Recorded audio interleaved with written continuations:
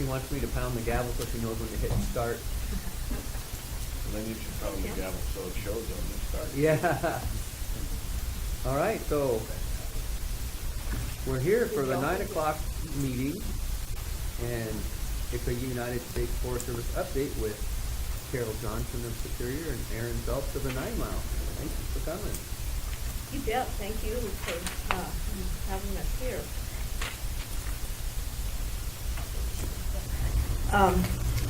Erin, do you want to start with any district updates you have, or I can? So from the 9 Mile side, like we've talked about previously, the main focus for actually all the Lieu salvage effort. And so Carol and I are working closely on the Sunrise salvage. Everything's moving really well with that. Pretty close to having all the specialist reports done, which are due at the end of this month. And then we'll be working on formulating the environmental assessment, releasing that for public comment in March or April. So everything's progressing really well with that. For the rest of 9 Mile, we've been gearing up for prescribed burning as soon as the snow comes off. Another appearance. I know. Yeah, we thought it was going to be spring there for a while. Yeah, because last year we had all this snow, and then you guys were hoping to do it, and then it just turned around and boom, became horribly hot. Yeah, we had, I think, two days of prescribed burning last spring, which is not very much. So some of our prescribed burning is in South Fork Fish. Some units in Petty Creek, and then along the 9 Mile Valley. So like we've done in the past, if we're going to be burning in South Fork, we'll give you guys a heads up too. Hoping to get out there. And then also Straight Creek this year too, if we can get to it. Other than that, starting to look at what the program of work might be after we get through salvage, so trying to kind of game out future projects. We just had a meeting with the leadership team yesterday to start thinking about that, where we should go next, planning cycles and everything, picking up where we left off on some projects and then gaming out some priorities. So, and we'll be looking for some input from the community on that too, I think. I know I'm forgetting something, but... How, are you going to continue work on the Clearwater Crossing then? Yes, yeah. So the bunkhouse, we buttoned it up when the weather started to get kind of bad, but it's pretty far along. The outside's all done. We finished the flooring and the walls. Just need to put in the stove and some other stuff. And then as funding allows, we'll continue on to a tool shed that'll be also a classroom kind of portion too. Same footprint as before. And then we're still, after our Mineral County Resource Coalition meeting, touch base with our forest engineer about the status of the bridge too, the West Fork Creek Bridge, and put it back on their radar. I think it's just one of those things that we'll have to keep kind of poking them on it, but looking for opportunities to get that design in place, and then so if we can find any opportunities for funding, we can move quickly on it. I know I hear a lot about that bridge too, so it'd be nice to get that back. Would necessarily move or be pretty much the same? It kind of depends on the engineering too, since it'll have to be a different kind of bridge. We won't be able to do a suspension bridge anymore because all those trees are gone. Yeah. So that's kind of one of the problems. It'll be a more heavily engineered bridge, but same general area, most likely.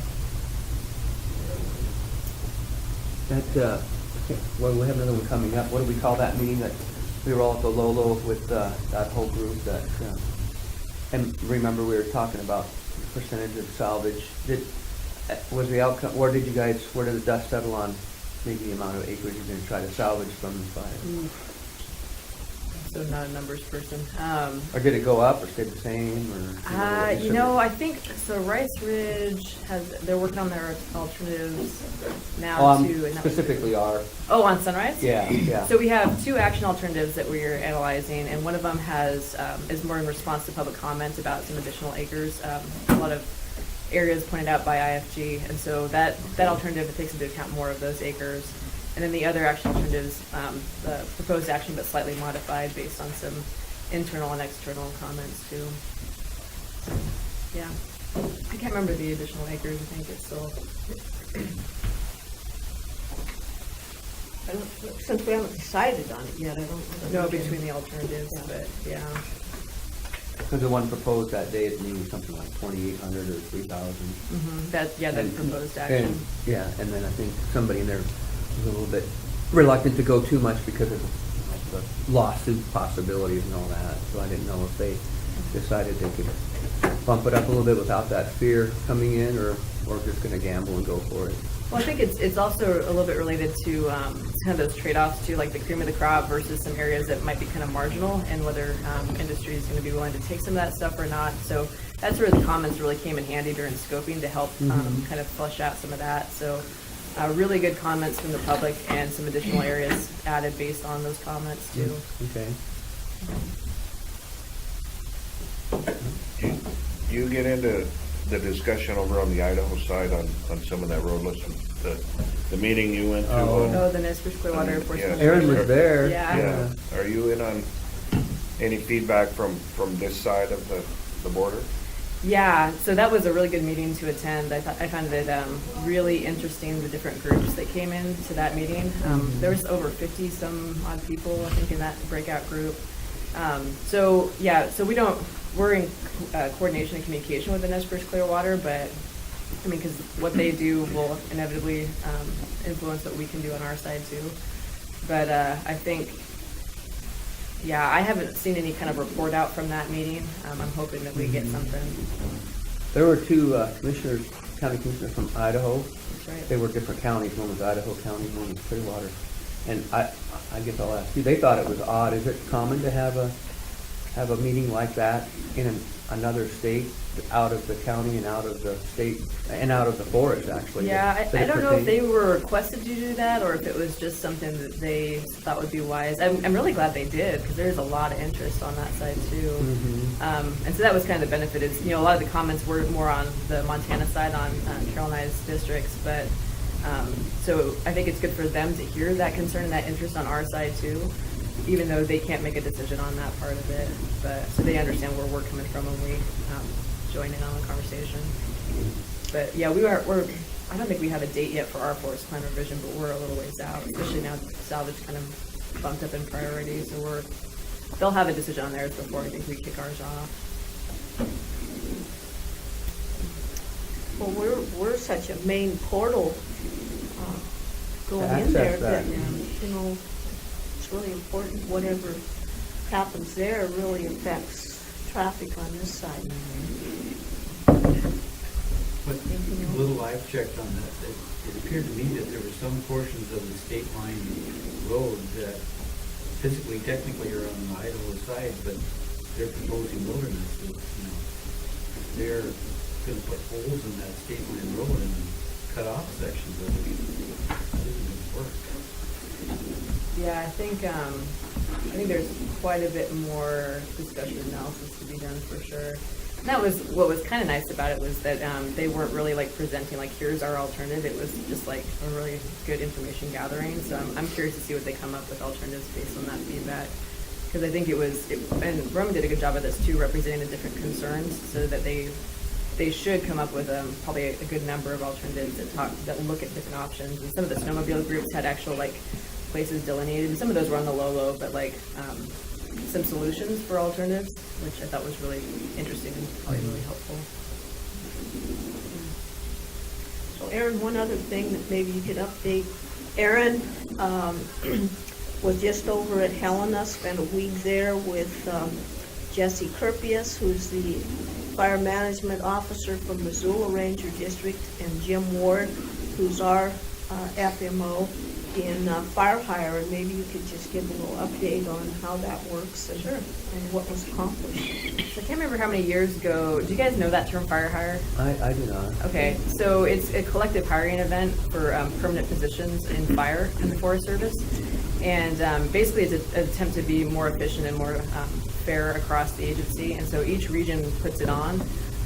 Some of them are just now starting at like Region 8, which is the Southeast region, came up and kind of shadowed us and did their own little process. So basically all the applications for every position from a GS5 to a 9 come in at the same time, and then they get all, like, I think we had over 1,600 applications. Every single one gets looked at and evaluated against the criteria. And that's one full week of people, and then we come in and start selecting people for our vacancies, and then it kind of does a trickle effect. So we fill a 7 with somebody that's on our 6, then we can fill it behind.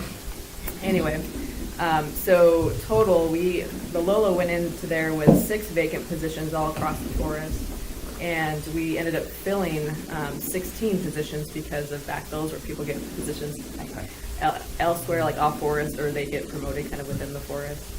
And then across the region, so Montana and Northern Idaho, we had 123 initial vacancies, but then 59 kind of backfills, so over 190 positions that we filled in a week. And 6 Lolo people accepted off-forest positions, but there was we have a lot of quality candidates on the Lolo too, so that was kind of nice that a lot of our folks, seasonal and already permanent, got new positions within the forest or within the Lolo. So yeah, it's kind of it's an interesting process. That's the first time I've been a part of it, but it was it's pretty efficient, but it's also really kind of interesting. Time consuming? Is that what you're saying? Always fun. Yeah, Sunday through Saturday. Yeah. So most of those positions were in the fire, or is that just the name? All for it? fire, yeah. All So fire. that's the only, all the rest of the Forest Service positions are kind of a more typical forest or Close to government. Albuquerque kind of thing. Yeah, and like where you have the hiring panel, it's kind of a, position by position, but this is the one where, because we have so many fire vacancies across the agency, and they all kind of hit the same time, just an attempt to kind of streamline it. Okay, just a few things that I have, and then we'll talk about mushrooms, since we have Sheriff Boone here. Do you like mushrooms? Is that Oh, what I you're love them. In our timber department, we still have line machines working up Tamarack and the Dry Fork and up Billy Gulch. And so we have 2 sides going on that sale. And they were going to start some tractors up on the camouflage sale on the Camel's Hump side. I think Gary Bailey was going to move his operation in there, and then when we got this last snowfall, decided to wait until things kind of settled down before he moves into that spot. So Thompson River Lumber pretty much finished up on Firecracker Annie, which is way the head of Dry Creek. And they've got, I think, a couple units once in the summer to finish up with a line machine in there, and then just winter time cleanup. And then here last week, they were moving their log loader out, which is a steel track machine, and slid off the road up there. And so they still have that to get out, and the operator, it didn't roll, but it just, when it cut loose and just slid like on ice skates, and hung he up took some on of those trees. browsers out. He thought it would be easier on his drive line, or his drivers, and then he slid. Yeah. He drove, although he got banged up. He had broken ribs and punctured lungs. And he was by himself, and he got to Frenchtown, and he couldn't drive anymore. Called his wife. Yeah, and he spent, I don't know if he's still in there, I'm assuming he's out now, but he spent several days in the hospital in Missoula. So very fortunate I there. forgot his name was like 26 years old, though. Well, Yeah, I think from Florence is where where they lived. So they still have the machine up there to get out, and they were gonna try and get that out over the weekend, but with the cold weather, the storm, they've waited. We're gonna be hiring 3 new positions in timber, all on the pre-sale side, and so Erin and I we're just waiting for the certificate of qualified candidates to come back from Albuquerque, and then we'll be working on the forest, and Erin and I will be involved on a couple of those panels, helping them. Those will all be on the pre-sale side, so that'll be a big help for us to get those positions filled. For fire, we're just working on burn plans, and where we're going to be burning this spring, we have quite a few of the toboggan units still to clean up activity fuels, and also up here in West Side Trout Creek, where you guys went on the little field trip, we have those units we got to get cleaned up, so I'll keep you in the loop as to where we're burning. On the recreation side, We're gonna be hiring 4 YCC students, and so I'll leave some applications here if anybody comes. Their application deadline is March 14th, and so they just got this out, tells the qualifications needed, the ages, the rate of pay, that sort of thing. And then last year, Lori came over and drew the names, and we're gonna be hiring 4. Okay. So, Lori, I don't know, maybe Did you... you send any to the schools or? Yeah, Carol Young has that, and I think Heather's getting it out to the Alberton and Superior schools Okay. as well. Along with that, in our rec program, we're looking at hiring 3 trail people and 1 kind of a recreation maintenance person that will take Coondog's place that passed away, that did those sorts of things. And this year, in May, Superior Schools will have their annual outdoor school at Savinac, and that's 50 years that Superior Schools has been doing that. So quite a milestone in outdoor education, if you think, going back 50 years. Lori said that she was probably one of those that was there. When they had it at the 9 Mile Ranger Station. Great. Just a couple other things, if you hadn't heard, on the discrete tailings up here in Flat Creek that are on the Forest Service ground. After they did further checking last summer, the tailings are much more extensive than what was originally thought. And so they've got to develop some more room in the repository up there to put them, and also they've got to find some more money out of the trust fund to deal with that. So I think they're going to be working up there this summer, but more to come on that. They are looking at Callison well drilling a well up there in, I think it's Wood Gulch, for an alternative water source for the town of Superior. And Bob Wintergers from the regional office is handling that sort of thing. And we will have a list of firewood gates that we're going to open for firewood. We'll be getting that in the paper probably next week. And so we'll have that available, maps and everything at the front desk. People asking about that. What'd you ever do with that one up on Lookout that, remember there was one last year that you talked maybe would be opened at a later date? We're going to open that this year. I needed to get approval with all the comm sites up there, Dwayne, as to, do I need to Sure. put in some interior gates Yeah. or whatnot, and so we will have that open. And Okay. there's a lot of lodgepole up there, a lot. With that, I guess we could talk about mushrooms. So Carol and I talked with our specialist too about commercial mushroom harvest within Sunrise. So to take a step back, there's a couple different kinds of permits that we can authorize for mushroom gathering.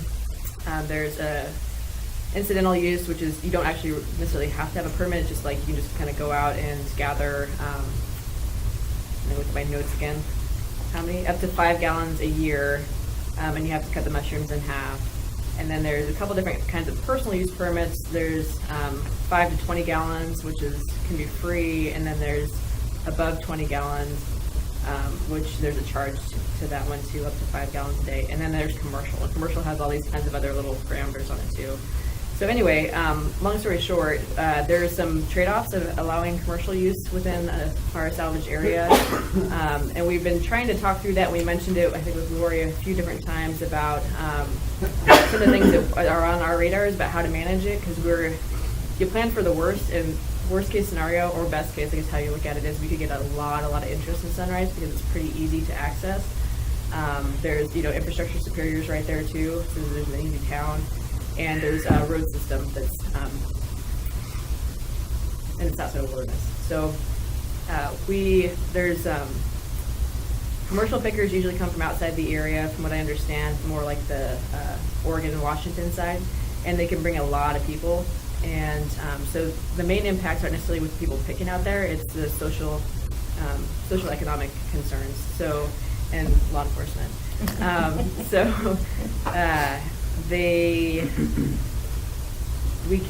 So dispersed camping is an impact. They can kind of tear up some ground there. Also trash and,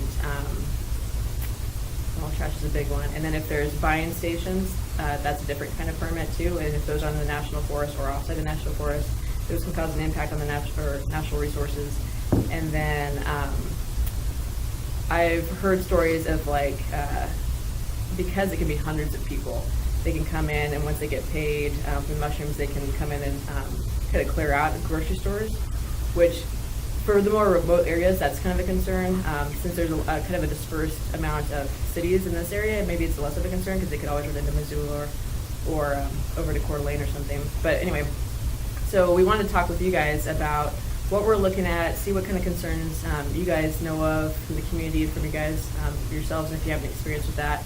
We just went through it with Copper King last year and had kind of a report out from Dave Hattis, the ranger over there, about their experience and some lessons learned. And overall, it sounded like their experience wasn't bad. I think the heaviest impact for them was on our frontline positions issuing permits, because there's lines like outside the door every day, trying to get that underway. So, but in terms of impacts to their communities, Plains and Thompson Falls, it sounds like most of the pickers were actually staying in hotels there instead of camping on the national forest or on state land. And that was so an economic boon. And they were buying stuff, but they weren't wiping out the grocery stores, so that was another plus. And I don't think, I talked to Pat Partica yesterday, that it actually seemed like there weren't any concerns from the community members that they heard of in terms of like, what are these people doing here? Like, they didn't feel that push either. So that's a potential benefit. But with Sunrise in particular, we've talked through the need to have a distinct camping location if we're going to allow it. And Carol and I have talked about maybe along Trout Creek and the Trout Creek Dispersed Campground, looking at kind of separating that group from like personal use personal mushroom pickers, and then also potentially having like an area closure, so that at night there's not people out there in the woods, or potentially affecting the adjacent landowners too. So it'd be like, I can't remember the dead clock, 10 p.m. to 6 a.m. or something along those lines, so that nobody's going to be out there. And then also, I know Phil Donnelly mentioned a concern with one of his, a road that accesses his spring development, and it has a seasonal closure, so looking at maybe extending that closure out into July so that there's not a lot of impacts to personal infrastructure back there too. And then also we talked about requiring everybody to have a permit that's out there, so that's kind of more of a law enforcement recommendation. So that even if it was going to be incidental use or personal use, you're only going to gather up to 5 gallons, you still just need to get a piece of paper from us that shows that we've talked and that you've been authorized. That makes it a little bit easier, it sounds like, for law enforcement to kind of track and talk to folks. And what else am I missing? I think you've covered it pretty well. Dave Hattis told me over there on Copper King last year, which I thought was kind of interesting, that the commercial buyers, the smallest amount that they dealt with was $100,000 worth. So that's the kind of money that comes with this, and that was kind of astounding to me, that much. But that's what they told me. Yeah, and he also said that I think the restaurants did well too. A lot of the people, besides motels, they ate in restaurants quite a bit. Just because of the amount of money that the mushroom picking generates anymore. I can tell you that Josh Stroop from our fire section was asked to do a little presentation on the Sunrise Fire at the last community potluck that they had here in Superior, and there was about, I think Josh said about 35 people, and I came to that, and his presentation was just as a firefighter working on the fire, some of the things that he observed, and what they might expect for bear work that we're still completing, that sort of thing. But he said the largest discussion from that group of folks that were there gravitated to the subject of mushrooms, and course, it was a lot of people, some of them out in my neighborhood, et cetera, and their thought was, we were impacted by the fires last year, with being evacuations and travel restrictions, and we just really want to like to see minimum disruption to our lives this year. And that was the comment that Josh brought back. I'll pass that on. Yeah, and the season of use too, because that was one of the questions that we had going into this too, not having gone through this. Basically, what we heard was to be prepared to start selling mushroom permits on April 1st. And then it's so weather dependent. It really, I mean, so we're planning on April 1st through basically July 1st, worst case scenario. So it is a pretty lengthy, but it's kind of it's hard to really guess what that would look like. And then across the Lolo, because we've been analyzing every single fire for potential for commercial, or if we want to go there, and how enforceable that might be. Bryce Ridge is looking at areas, kind of lower elevation. I don't know about acreages yet. They're still kind of trying to suss that out. Lola Peak's not going to authorize commercial as far as I know. I think everything else, there's either too remote in wilderness, or they heard pretty strongly from the community that they didn't want mushroom commercial picking in there. They're gonna do commercial over on Sheep Gap. Oh, I think they I thought they are. Yeah. I thought that's what Dave told me they were looking at, but I think that's. Will you be able to provide any law enforcement for the area? Yeah, that was one thing. So we had law enforcement at a meeting last week to help us discuss this. So they're planning on bringing in some additional help from within the region. And then Nick Schultz wanted me to let you guys know that they're looking at a detailer for this area in particular for the duration of the mushroom season, knowing that it's going to be a strain on everybody. especially We met with them, or I met with them last week. Okay. Did they tell you that new company coming from California, the Cheech and Chong Mushroom Company is coming with it? No, they didn't mention that. Okay. You'll know it when their van pulls in. They have Volkswagen buses? Yeah. Yeah. How long does it typically last, that mushroom float season? Usually Yeah. by mid-June, it's over because it's starting to get warm and So what, You can the get a permits rain- are, the you can permits get a are rain valid that'll from, come and bring them on again later in June, but by then it's sort of rain dependent. yeah, it really is. And so the permits are open-ended until, or how do they do that? No, I think we have some discretion with that, especially with the commercial side. I think it's, I've got some examples of it too, but I think they can limit it by like 7 days or 14 days or 21 days or something like that. So I think we can manage a little bit that way, and that's where the input's really helpful too. And Oregon got some big fires this year too, and so it's kind of one of those things, you just don't know what's going to happen. I mean, it's our season, and then the availability of other mushrooms in other areas could kind of help disperse, but we're trying to plan for worst case, I guess.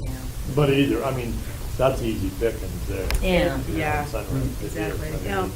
Missoula's gonna hit that hard if there's commercial. yeah, this one's probably the most successful, and just thinking. If they had them clear down there last year in Thompson on some of that, that road goes back in there a long, long way. It's not easy access, some of it. Yeah, right off the interstate for this one. Yeah. Except there wasn't very many other spots other than Yeah. Copper King last Yeah. year, Dwayne, Yeah. but I was over the plains several times, and in the morning at 8 o'clock, they would have probably easily 20, 25 people lined up waiting to get in to get permits. So they had to bring on some additional front office staff to deal with that, and we would anticipate doing the same. So I guess the question really would be for Erin and I is if you're either opposed or supportive of commercial picking. And if there's any specific requests or comments for us to help kind of neck down any potential impacts if we do go that direction, especially from law enforcement. One of the things, if we do have just one camping location identified, and it's on, especially if it's on Carroll's side, on the Trout Creek side, that there's all Quartz Creek area, kind of far away, and keeping an eye on where we want to set up dumpsters and toilets, because that's another big impact. So, I think we've learned some good drop points from the fire, but like having some designated locations for that and to be able to check people's permits and whatnot. How about the campground at the rest area? Do you feel you're gonna have an extra impact there too? We Is that could, your and pretty people have handy asked spot? me about, could we make a designated loop or something in there? I certainly have a lot of room, but my only concern is with campground hosts and with public camping in there, I really don't wanna, mix, and you have, the way the campground's split, you have public that comes in off of eastbound and westbound, and I really don't wanna mix public campground hosts and mushroom camps together. Because that would be a pretty handy spot. It would be, so I need to talk to Heather and see when the hosts are coming in there. Is that pretty heavily used in the summer? There's always plenty of room in there, Roman. I mean, yes, it gets used, but it's never full because we have 3 loops that are developed in there and with water and restroom facilities, and so each loop is about 25, 27 sites, so you have 75 sites in there on both sides. Maybe you could just delineate, this is the mushroom loop and this is the public loop. Because you don't know, people coming off the freeways might be worse than the mushroom people. Well, there's a couple more, at least one more site in there that's not fully developed, right? Roads are all in. Yeah, Just but there's no restroom. no water or restroom facilities. I mean, we could put porta potties and. I guess worst case scenario is just like the eastbound side is for mushroom, and the west for public. What kind of detail or map do the pickers get if they get a permit? So we're still kind of talking through the mapping a little bit with the regional office team that's been kind of helping with salvage. They're going to help us out with this effort too. And so one of the options might be that it's like a permit that's good regionally, but then they have a map and it specifies which fires and what locations in the fire are authorized. And I don't know, I'd imagine that it wouldn't just be like a giant map that has all the fires. It would probably be like a specific one with sunrise. I don't know. And we could designate on there like where the camping is, the closure order. I'm assuming where I'd like to put on there like if we have locations for the dumpsters and everything, and if there's certain roads that aren't authorized to be on, like I think that would be on there as well. Whatever specific information that we would want to provide, Tim. But you're gonna have Or at least, a good fair share of private land, Forest Service land that has a fire on it. Those people are gonna be looking at the woods and they're gonna go up courts and zing off because they see that there's a burned area up there, and yet it's all private land there for 2 miles. Yeah, and I think that's where the law enforcement really comes in too. So it's, we can be as clear as possible that it's Forest Service land only. Unfortunately, a lot of this area has been recently surveyed because of the salvage, so it should be posted. It should be fairly clear. But it's, no matter what, we'll have to have a law enforcement presence there. will you guys have any law enforcement present? Yeah, so, yeah. 3 guys have committed to me. Good. So, but as far as the closures at night from 10 to 6 or whatever, there's going to be just soft gates, or are they going to be hard gates, or manned? Do you know what they did at Copper King? I don't think they had anything that was gated, Mike. I think they just had that rule and law enforcement did some patrols, and according to Dave Hattis, people seem to adhere to it pretty well. That wasn't a major issue for them, but they just said nobody can be picking after, this hour. And people seem to abide by that well. Erin, you said there are some areas around Missoula, Lola, that they won't be picking. Is that only commercial that won't be? Yeah, done? only commercial. I think every fire. The private will, Yeah, personal public use pickers. stuff. Yep, and I think that's something we've talked through as a forest about that stance that like everybody who's picking has to have a permit, even if it's an incidental, just to show. It's also kind of an education piece too, that we can talk to them about, like don't leave your trash in the woods, kind of have our opportunity to give our spiel before we kick in with law enforcement. The one thing too that our law enforcement says numerous times, and Dave too with Copper King, was commercial pickers are going to show up no matter what, especially with like Sunrise and easy access. And so this, by doing a permit system, that allows us to have more teeth, I guess, in enforcement than if we just kind of said no commercial permits. And because I could probably speak to that a little bit more, but be prepared. So Allows the us to definition track. of commercial, does that just allow someone to collect more than 5 gallons? Or is it the use afterwards? So if somebody gets a 5-gallon bucket, they're not commercial, but then they sell at farmer's market, that doesn't matter. The commercial just allows them to pick more. Well, so if it's and sell it. So if it's a personal permit, they're not supposed to be selling it. And so how Not we not anywhere, farmer's markets or Nope. anywhere. And so how we kind of manage that is you're supposed to cut every mushroom in half, and because typically buyers Oh. won't buy mushrooms that are cut in Oh. half, and even if they do, because we've Mhm. also heard that there's a market for like drying them quickly and then grinding them into the powder, we can monitor the buying stations, and if they're buying cut mushrooms, then we can pursue that angle I from see. the legal side. And so there's also a higher fee, and I'm trying to remember what it is. Minimum charge for commercial is 20, but it's up to, at least on this example, which is from last year, I think from Copper King, 30-day permit would be $75, 21-day permit is $60, 14-day is $40, and 7-day is $20.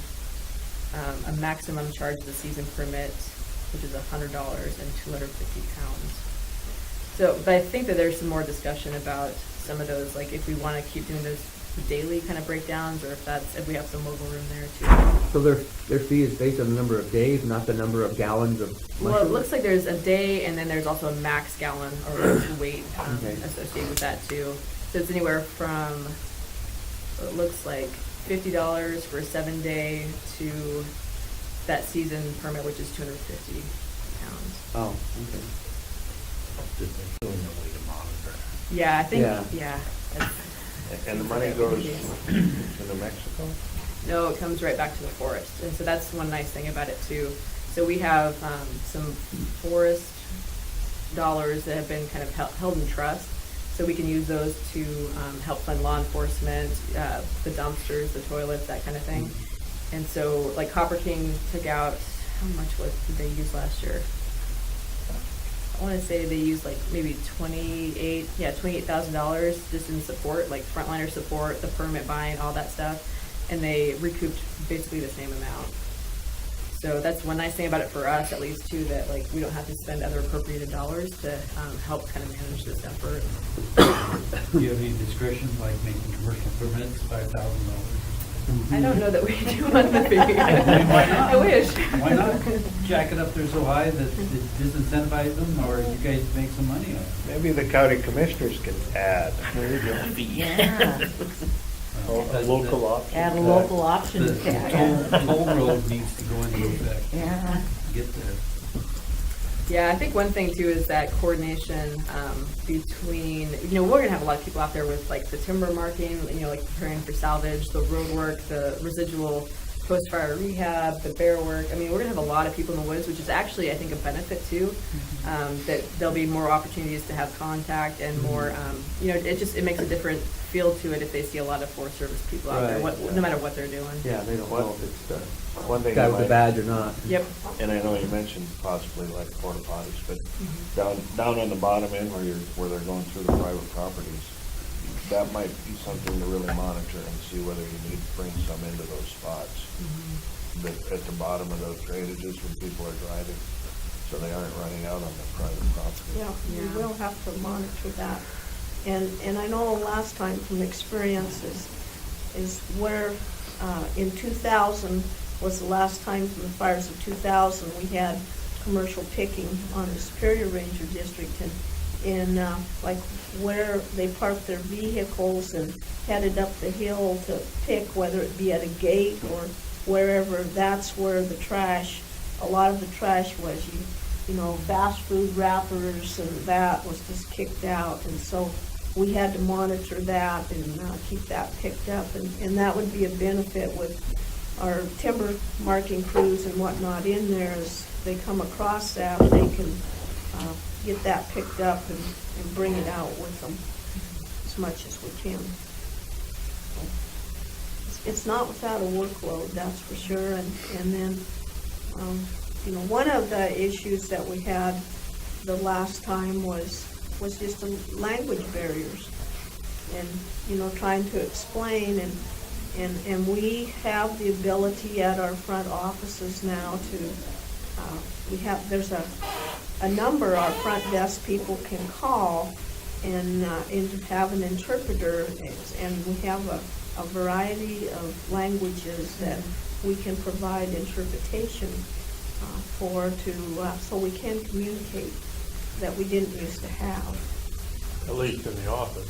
At least in the office, but I remember, you know, when we was picking up garbage, Lori Lewis and I, and we were at a gate and there was trash just dumped out of the pickups, and we were trying to explain to people, you know, and we were handing out trash bags to people and say, you know, if you could put it in a bag and either drop it by the office or even leave it bagged versus kicking it out and it's down over the fill slope and whatnot, but we couldn't communicate very well. That's when you draw a little picture of a guy behind the barn. With his sack of goods. Yeah, I think they're at the bottom of Birdie Creek there in that whiteout would be a good dumpster, you know, because it's kind of. Yeah.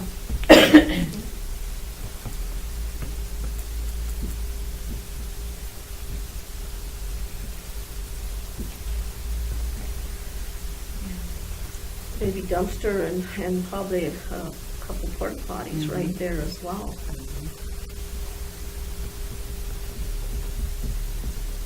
Do you have any other concerns?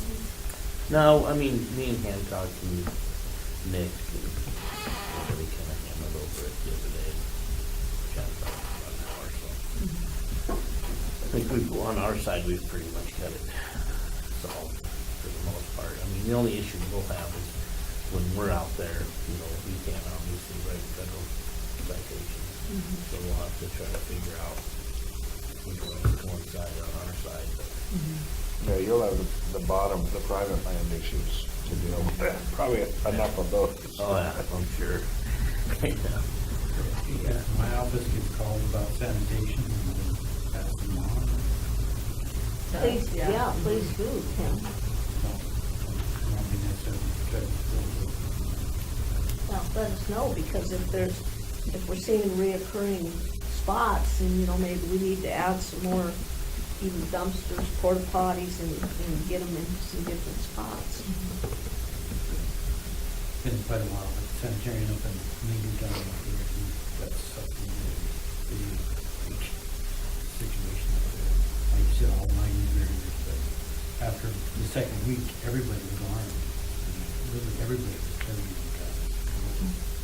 things. Couldn't communicate with them, and they're all packing heat. Picking mushrooms with my little Uzi. Yeah, and Copper King, I don't think had any, because there is that fear. It can be kind of territorial and a little bit kind of, you know, this mushroom group versus this mushroom group. But from the report, Mushroom Jane. yeah, kind of actually. The new cartel. Yeah, they take it really seriously. But I think Copper King had one, what was it? A potential break-in of a vehicle. I think that was the only. And then I think there was just a minor issue with between mushroomers. You're in my patch or something. And Sheriff Rummel was able to handle that pretty quickly. But other than that, I mean, Dave didn't mention much more with law enforcement. It was just primarily the. What kind of language is your dad speak? I speak Spanish, yeah. You might have to have him. In No, your we'll need paperwork the that you long give ones. out, Yeah. is it real specific to his no territory? Yeah. Well, I don't know if we have the language for that, but it'd be something that we could work on So they implementing can't- too, that you can't. Stake a claim. Well, in most, yeah, I think I have to look at it, but I feel like there's something there about issuance of this permit does not preclude other permit pickers in the same area, like, but we could try to make it really Because I think explicit. that'd be very important if they, Yeah. they absolutely know there is no staking anything. Yeah, it's not exclusive use. It's, Yeah. And that would take away some of that confrontation. At least you'd say, read your paperwork. Yeah.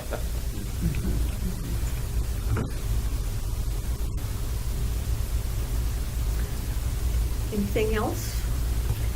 What about like MOUs for fires? Yeah. For Planning department, sheriff's department, road department. Oh, yeah, thank you, You know. Lori, for bringing that up. Erin and I have been working on that, trying to work with Deanna Crawford, our incident business management specialist, and Michelle Wasienko, who is grants and agreements. And we've made those contacts. We just haven't been able to get copies of some of those that we can use and get those run down. So we definitely will by our next meeting with you folks. Yeah, we could put it on the agenda for next month, I think that would be good, and then we Yeah. can keep kind of pushing, I think, yeah, Yeah, it'd just be nice to have those in place. absolutely. Yeah, That yeah. way, there's no question of these guys getting paid for their work that they do. Erin and I visited about that yesterday when we were at the Rangers meeting, and we both made the contacts, but we just haven't Gonna been put able both to sides. get those like we thought we would for this meeting. Changing the subject back to timber for a moment, I always wondered, and maybe Erin, you know, because your district kind of falls right along county lines, Missoula, you know. So when there is a timber sale, salvage or whatever, what have you, regarding the 25% fund, is there a way that your district then has to delineate the timber that's coming off of Mineral County versus Missoula for that disbursement of funding? Oh, I believe so. Yeah, I don't know that we've had one timber sale that does straddle the boundary there, but yeah, I would think we'd have to track that. I didn't know how the money was, it came up that sometimes the 25% money actually is distributed to all the counties in the west, regardless of where the actual board feet came off of the forest or which county. I don't know if you understood that better than the answers we weren't really getting the other day. Yeah, I hadn't heard that, but I can definitely look into that. Well, like I noticed on the new, Mako just sent out the new 25% fund for counties, and then they subtracted that percentage for continuing resolution or whatever, but like Mineral County stands to get, if we did the 25%, our money today is 66,000 versus Missoula's county's 25% fund is 98,000, but yet it seems that an inordinate amount of timber is actually coming off of our area and hardly any sales in Missoula, so I didn't know why Yeah. they might be getting more money. Yeah, I have no idea, but I'll look into that, and at the very least, I'll make sure to have that by Yeah. the next meeting.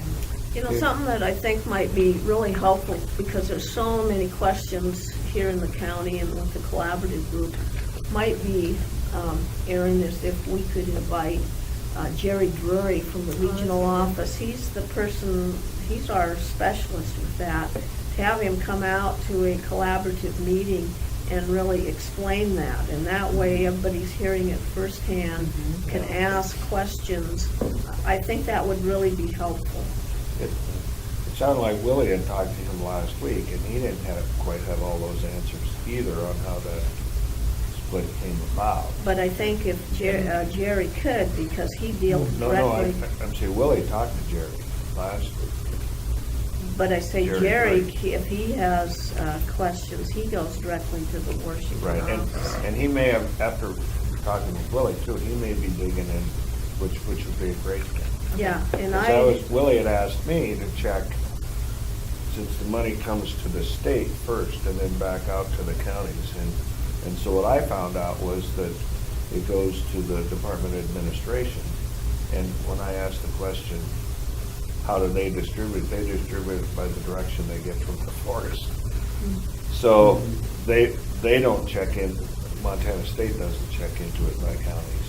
So yeah, Jerry Drury maybe he should be able to find out from New Mexico if they're getting the information by county, by forest, or, for that distribution. Yeah. They're sending the word to the state. I'll Because- check in with Jerry, and then I think at the least too, I can talk with our timber folks about like when they are tracking where the loads are coming in, the timber receipts, if they, you know, if there's a tracking mechanism on there for which county it's coming from.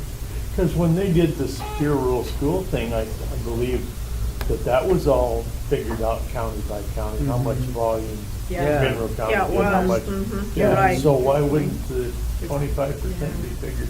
Yeah, unless they're starting to blend, you know, the pill formula is kind of weird. I mean, to me, it's not in favor of small counties because it takes the pill takes the land acreage in the county, times this, times that, includes population. Population. So Missoula County always gets more money because that formula includes their population, which to me is backwards because we're the ones that need more money. It's only 4,000 people. But so I wonder if they're taking this tilt formula and somehow mixing it with the 25% fund, where Missoula County ends up getting more money even though we're the one that's producing the timber. Yeah. Well, we'll try to get Jerry to come to one of the next collaborative meetings, because I think there's so many questions that it would be really beneficial to have him come and address it directly. Yeah, and I'll follow up too, like I said, with our timber folks too, and So I'll contact Jerry about coming to a meeting. What's Jerry's last name? Drury? Drury.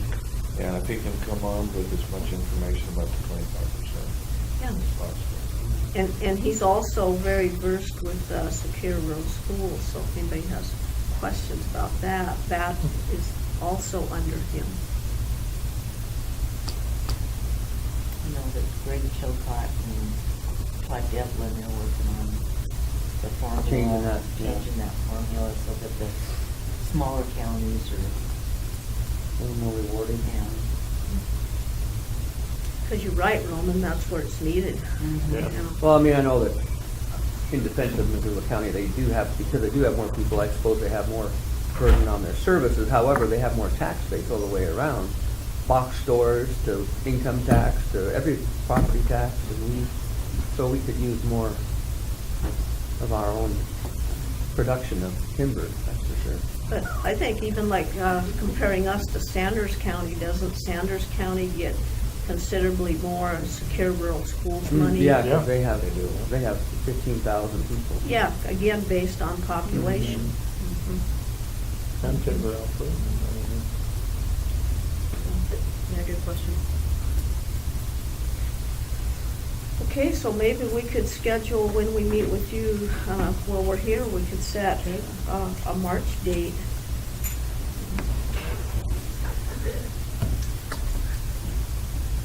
And Carol, when did you say the firewood information would be out? I think we'll have it next week. Oh, cool. Yeah, we've went through, made a list of gates, we're getting the maps made, and we'll get it, have it at our front desk, and we'll also get it in the paper. Cool. What do you got on the 16th, Erin? I'm open. Okay, does the 16th work for you folks? So 9 o'clock? Bet. So we'll have information about the 25%, even if, just not knowing if Jerry will be able to come to the McRack before then, and then more information about mushrooms, hopefully. And the MOU. Yeah, we'll have the MOUs run down by that time. Yeah, that'll be the day after we meet in, Oh, yeah, the Lolo on the 15th. Is that the EADM thing, the No. workshop, or is that? AFRC yeah. Oh, right. is on the 15th at 9, which will be good. Yeah, it'll be good the day At after the that. Fort Missoula office. Mhm. Did you guys, sorry, random subject, but the EADM, the Environmental Assessment and Decision-Making Workshop, did you guys get an invite for that? Doesn't it come from, probably somebody from the regional office? I don't know. That doesn't ring a bell. Yeah, it doesn't ring a bell. I'll double check, because you're on the list, but basically, we just went to kind of an internal workshop on Wednesday. Either way, it's basically this agency-wide push to be more efficient with not just our planning process, but everything to get more done on the landscape in a more expedited fashion and to spend less money on it too. So they're doing these workshops at every single forest around the nation, and then with all the stakeholders too, to try to get some information out and then gather more information. Yeah, well, if there's another one, she'll send us a text or Yeah. email or something, and if one of us aren't doing anything, we can try to make one. or- Okay, I'd heard March 30th, but then there's some, that's a Friday too. Oh. But I'll double check on that. One of the things that, when Erin and I we were at a training session, Wednesday, I guess it was. And one of the things that I'm trying to find more information out, and Tim Garcia is gonna help with that I heard in one of our breakout sessions that I thought would be of interest to Mineral County, and to the Superior Ranger District here is the Kootenai is exploring, how they can address in their NEPA decisions the opportunity to re-enter those stands. And, and when we've had our field trips and that sort of thing, so many times we've talked about 15 years, we look at coming back into whether it be Jam Cracker or West Trout or somewhere and doing some more veg management. And so the Kootenai is exploring as how can they cover that under the NEPA that was done originally so that you don't have to go back in and redo NEPA to do that ongoing management. And that I thought was very interesting, and so Tim is gonna help follow up, and we're gonna be watching to see how the Kootenai does that and see if that might be something that would be very useful. Well, it'd be good to be able to go back into the Cedar Tom and do some more in there. I mean, it took from the time it started until they actually started logging. I mean, you had 600 loads of dead lodgepole that had it gone through, originally, it would still been good timber. So, I mean, there's areas in that Cedar Tom that needs to be gone back in. Yeah. So, we'd have to address it in any NEPA going forward, but it might be would be a very useful tool for us, allowing us to maybe do a re-entry at a later date without going back through and redoing NEPA. So that would be an interesting concept. Well, it makes a lot of sense, doesn't it? I mean, we spend so much time on our environmental assessment, it seems like we should be able to put forward kind of like a checklist, like if these parameters are still in play, then it's good for this long. I mean, A modified NEPA with, if it falls into a certain time frame. Yeah, like kind of adaptive management. And, we've done that with prescribed burning, so I don't understand, it seems like we should be able to kind of build that out. Because that's part of the whole management plan.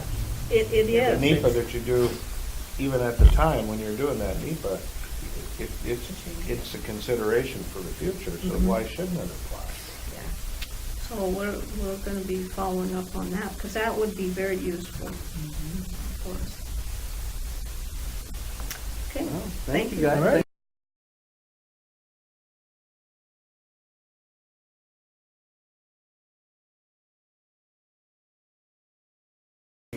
So, okay. Order in the court. Hey, Jim, you're not leaving, are you? You might Not for a minute, I just want to talk to you too. Oh, okay. Well, we're here for a 10 o'clock meeting. An idea from School Board Member Carol Young and our government issue of government-owned land. And she has an idea for in lieu of payment on taxes to generate more revenue. Huh? Yep. And as most of you who were at the meeting the other day, remember we spoke with Senator Daines about the idea, and the idea is basically we're surrounded by federal land that don't contribute anything to the financial stability of our county, and every other person in this room does contribute. They did have some government plans to compensate us, which they decided to, are they ignoring them, or are they, did they just end them? I don't know what the deal is, but we're not getting any money, needless to say.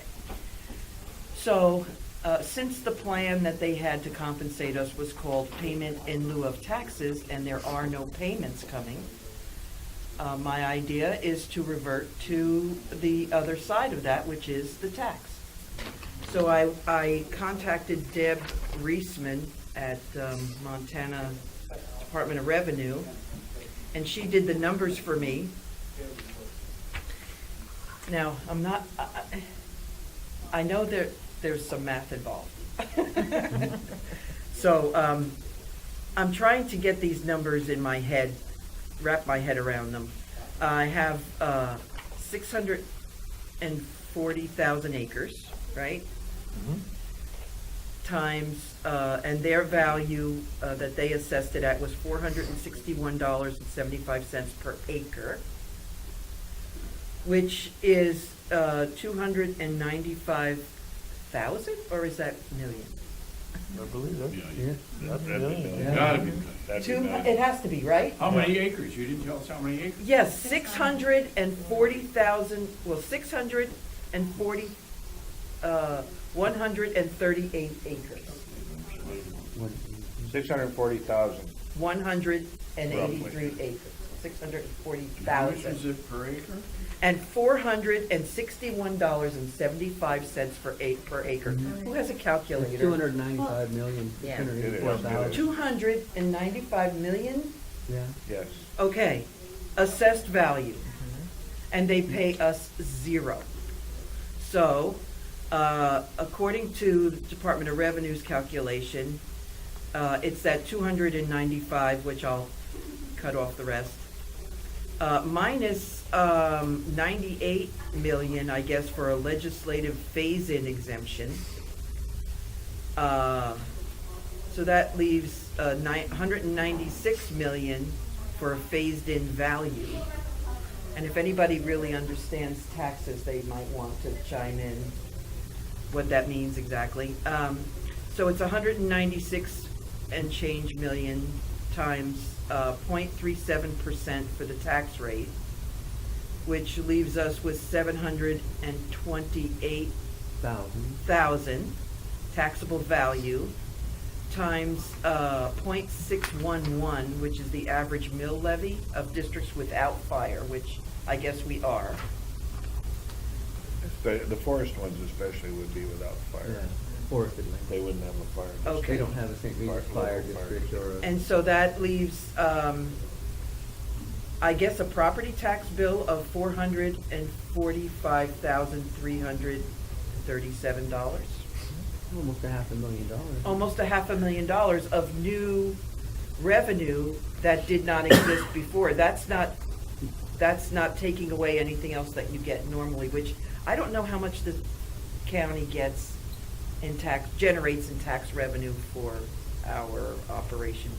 Does anybody have an idea? Mary might know. Well, I bill out, last year it was about 5.4 million. 5.4 million, so this would round us up to 6 if we had this extra money. Does not all that 5.4 comes to mineral, does it? Does it? No, oh gosh, no. Right. Some of that goes to schools and. Yeah. Well, I mean, and although I'm a school person and I'm Yeah. looking, I know we'll get a portion of whatever it is, but if I look at whole numbers, I know mine has to go up. I don't know by exactly how much, but I would think it would go up by something. So, what I would like to do is to go to the next step and actually generate the same tax bill that I received and generate one for the federal government. And then, as Dane suggested, send it directly to him and he will hand carry it for us. To make a point and possibly get money. Yes. Now, Either way, I what- think, yeah. The question is, what is the PILT, what were the high numbers of the PILT funds? Last year we got 216,000. Have there been any other years that it's been higher than that? It used to be higher, it's actually kind of. Yeah, so slowly- what was the high amount, do you know, offhand? No, I have for the secure road schools, but not for the PILT over the last 10 Because years. that would be the, part of the thing to figure in. If PILT came back to full amount, what's the better? Deal. Is this a better option, or is the PILT, and I know I can this. get those figures to Carol. Yeah, I think that would be important to look at. Yeah. And even if you took the high amount and then the last amount and say, well, here's the difference, here's what we feel we have coming, and if it's 200,000 difference, that's still 200,000 difference. But then Carol Johnson also suggested that this is just the. An estimate. Yeah, but this is just the land. Mhm. If you throw in The your improved- campgrounds, Mhm. Yeah. you And know. riverfront. And this is average, and Right, Yeah. right, you know, my- you throw in the federal This is the lowest it campgrounds would and- ever and- be. my timber Right. tax bill, I had to appeal because they gave me the higher structure, but it depends on the suitable site. Right. Some of They have the different timber ground classes. is a lot higher than others, so Right. this is just the This is average. average, right. This is an average, Just- and it's a starting average Yeah. of just considering it all, like she called it, a best estimate. So, yeah, like Carol mentioned, there's developed properties that There's the and I camp- don't know there's if the if the campground. Forest Service pays tax on their facility here. They don't Yeah, own they it. don't They own rent it. it. That's Oh, they right. rent it, They lease so it. the owner pays. But you And got what about in But St. say, Regis? you have St. Regis, all the houses there, Yeah, you got Savinac. They don't pay? I don't think so. You got Savinac, you got And all the buildings there. Lookout, Right. Rentals. So I brought this up at our school board meeting to share it with the board members and the administration there, and one of the administrators suggested that as a project for the kids, they were looking for something, and I think it was the civics class, I'm not sure which class it was, but they were looking for a project to do, something sort of government related. And so I suggested that they do their own study on the forest land or the federal land in Mineral County and get that number for us. How much riverfront do we have? How much developed federal properties do we have? And if the kids can get started on it for us as a project, and we get at least some initial numbers to start off with, that could raise this number significantly. But at this point, I'm a little bit burnt out on trying to figure out, if the 25% is gonna give us anything, which it looks like no. Well, they need to ramp the timber harvest up to where it used to be. Right. I mean, that's the whole point of this whole thing. Yeah, You and know? that was my point. If we don't get back to where we were and it all burns. That was we're my back to point at the ground meeting, zero. was that this was a thriving county until the government started helping us. And then we've just ratcheted down to practically nothing.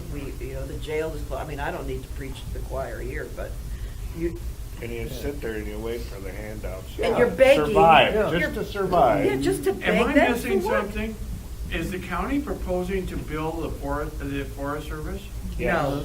That's Well, the interesting, federal because I've never government- known the government to pay any tax, nor have I known the county to pay a tax for that matter, or the state. They declare themselves exempt. I think it's Well, like I think sending they're- letters to Santa Claus. I think, well, maybe. Except Dayton said that he would be Santa Claus and carry it to the floor. Say, Great, well, but I doubt that it would Well- go anywhere. Well, you're right for the most part, Jim, except recently, To the make federal it- government and also the state, like the Fish Creek State Park, the state is paying property taxes on what it was. Yes, When they Plum are. Creek paid, so Wow. it's the Not much. it's the low amount assessed value of timberland. And so when they buy that land, they are agreeing to pay the property taxes, so we still get the money off it, although it's lowballed, because now it's never gonna be developed and someone's gonna build a home on it.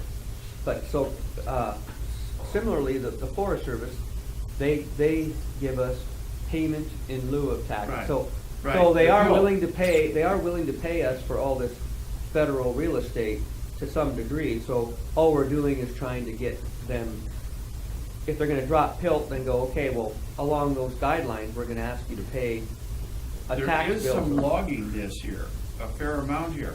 Is Boston still gonna pay the 25%? Oh, they still keep track of it so that if we do not get SRS, they revert back to the 25% fund. And so if we revert back now, We haven't gotten we SRS would for get 2 60, years. we would get We're $66,000. getting 25% That's not now. much. No. No. Yeah, we're And that has to at be split, Jim, with the 66,000 schools, little so we wouldn't. But Jim, Missoula County even though the logging is happening here in Mineral County, Missoula County gets $88,000 worth of our logging money that goes to their, It was 98,000. or 90, How does that happen? because they spread it out. It goes by Oh, population, their that's right, formula. that's right, yeah, they've done that, yeah. And so I we're mean, doing all this That's not a work fair deal. to No. try to compensate. I just wonder how far this would go. Well, Senator Daines is all for it, and at the very least, it'll get some good conversation. We got nothing to lose. He did. We got nothing to lose. He thought it would make a point, if anything. but- Yeah. I think that's all it's doing is saying, you're not giving us PILT, but here's what we're really entitled to. Yep. And that's about all I see it, and they're just gonna shake their head. Nancy Pelosi's gonna say, tough luck. Well, we don't know that until we, Try. until we try. And I think we have to try every avenue that's out there. They're the ones who gave us a payment in lieu of taxes. So if I understand that term correctly, I feel perfectly comfortable sending them a tax bill. Oh, I feel comfortable, but I just can't. I'm not gonna say where it's gonna go or how it's gonna end up. Maybe it'll end up, We're not gonna lose anything, No. No, except we the won't stamp. lose anything. and we It will shouldn't show- give up before we even try. There might be a couple congressmen that raise their head when Daines presents, they go, what are they talking about? And then look into it and go, oh, that is kind of unfair that, and like I said, Nancy Pelosi Jennifer probably Fielder not. told me when we were adjourning there, she said, I was just back in Washington for 10 days, and she said, the atmosphere back there right now, she said, I wouldn't be surprised what Trump wouldn't write you a check and take it home with you. I'd like it. Yeah. I mean, said, I- I'd be for that. I'm not making anything worse. No, Oh, no. Mary Arnell's got some information. Well, just like. You wanna sit up here, before I Mary, did with the- us? No, I'm good right here. So, back in 2016 in December, we have discussed this before, and. Yeah, I've been on this for a When I while. had looked into that Plum Creek, they were getting $1.49 an acre at that time, which in the 642 acres, and that was not with, you were talking about, some of your other figures in there, but that was 956,000. And then when the secure rural schools money that we are gonna get, I know it's not a whole lot, 66,000. That's But not they're secure only rule. doing- That's not secure SRS. rural schools. Right, so the forest reserve money. Right. But that's they're only putting it at 11 cents an acre is our average, so they're not even close to what, the money could be. Mhm. So that Yeah. in itself, I don't know how that calculates, but Carol did say this next meeting that we would have somebody that might be able to shed a little more light on how all that money comes about or how they're split. between different So I'm areas. confused, what do you mean by the 25% fund is figuring at 11 cents an acre when the 25% fund is He's supposed to talking be? Phelps, I think. You're mixing your program. Cause the, Okay, cause the, so, forest reserve money that we're about ready to get, the 66,000 that I should be getting from the state, that, they're only averaging that on 11 cents an acre. how did you figure that? It's what I thought it was is- 25% of the proceeds from timber the re- sale. Yeah, but they also, right here on the paper that the state sent me, they're saying the average is 11 cents an acre. They're 25%. This is all, we all got sent these emails Yeah. that just Okay. came here this week. Well, maybe there are different programs and numbers and, Well, they did different formulas for but that. according to Deb Reisman, who is, I guess, a manager up there at the Montana Department of Revenue. Yeah. In this area. For this area, she's the one who did the formula for me. That's why I copied the email for you guys to Yeah. take a look at. So I would just go with her numbers because that's Yeah. what's coming from the. I mean, she's looking at it if you and I are paying taxes, Right. the Forest Service timberland. pays the equal On amount. timberland. And what's fair? Yeah. Right? So if it's fair for us, then, if this property was owned by us, any one of us, then That we would would be be the point. paying, this is what we would be paying. So I don't think it's unfair to say the same thing. What would you do if, say, this tax bill's due August 1 and you don't receive a check? Do you have any hammer? Well, that's what I told Danes. I said, all we do is just say that the county road that gets to that forest is closed. If you wanna get to your forest, you pay the bill. Interesting. That's kind of a. Interesting, I'm not sure how I was right. Okay. That's disturbing. I don't quite think that would happen, but. We are right now. We don't have the hammer. No. The federal government does. Apache helicopters, B-52s, and everything Do else. you think that it's gonna go there? No, not at all, but I'm just saying, the government does have the hammer. You know, take a look at the Bundys, you know, they come in force. We don't have that kind of force within the county. And I don't know what we could do to enforce this bill. But to get Well, you're not. the I'm not federal worried about that. legislation, or Yeah. Danes and Gianforte, them to, with their voices at their level, to be heard, I think that would benefit us as the taxpayers of Mineral And County. here's the thing, it can raise the voice out there, get the dialogue going, and so maybe the SRS would get renewed, and maybe the PILT would get straightened out, or the 25% might get straightened out, so it's going back Right. to the counties that are producing. Part of it is just to get the dialogue engaged again, because some of the people in Washington, they have no understanding of the SRS. It's been and 30 what- years and what- since anybody what a looked at county this, like, you know? like ours has to go through because of the Forest Service ground that they're protecting. So I think that's more of it, is just to get the dialogue. Right. It's Get a a squeaky discussion. wheel. If it generates money, fine, but if it generates a way to resolve the issue, perfect. You know, by sitting here and us talking about it, nobody in Washington DC ever hears about it, so. And they don't care if they don't So hear then, about it. we really get left out. I mean, it's just been getting worse and worse. So that's the whole idea of something like this. Right. Like I say, we got nothing to lose. We got nothing to Certainly lose. can't hurt. Yep. Yep, And we so. might even get part of our county back, too. So, what I'd like to do is call Deb back with your support and approval and ask her to generate a bill. Senator Dane said if I run into any roadblocks along the way with this, to just let his office know, because he wants this as soon as possible. So,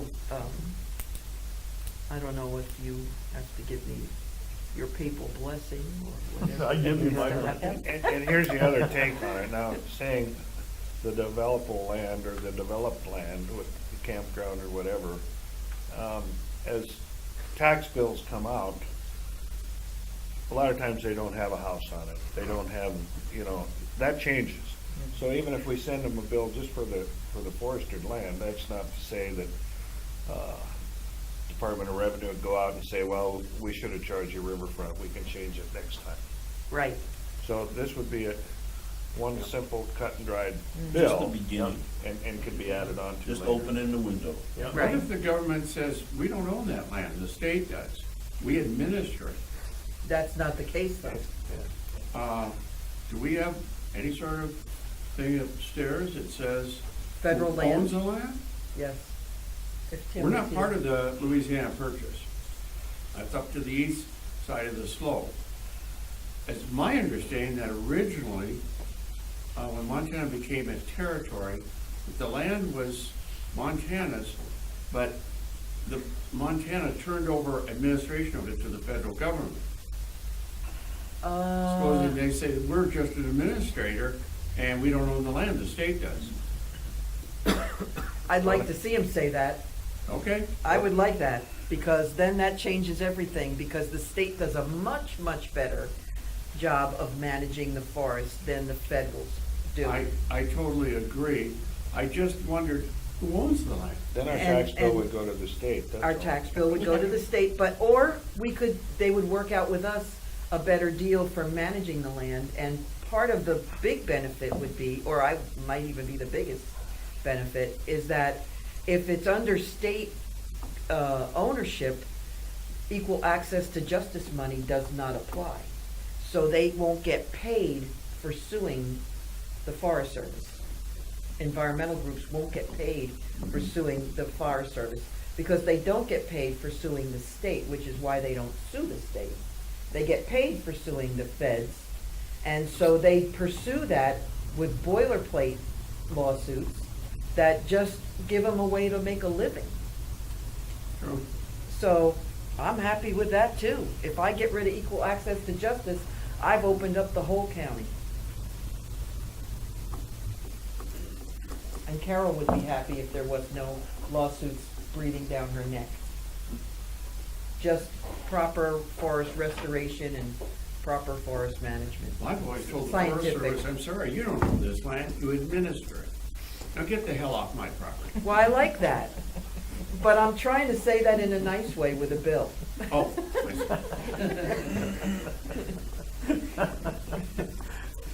We heard She's about trying to some say, of those in a nice way, conversations, Jim. yes. Give me money besides. Well, I'm supposed to be doing something else, And if you didn't have any Interesting concept. donuts in I wish there. you well. Thank you. But at the basis of this is, who actually owns the land? And that's the person that's gonna have to pay whatever Interesting bill is. conversation though, right? Right. I can see somebody saying something different. Good, Stick it up your dupont. right? Thanks for coming, Jim.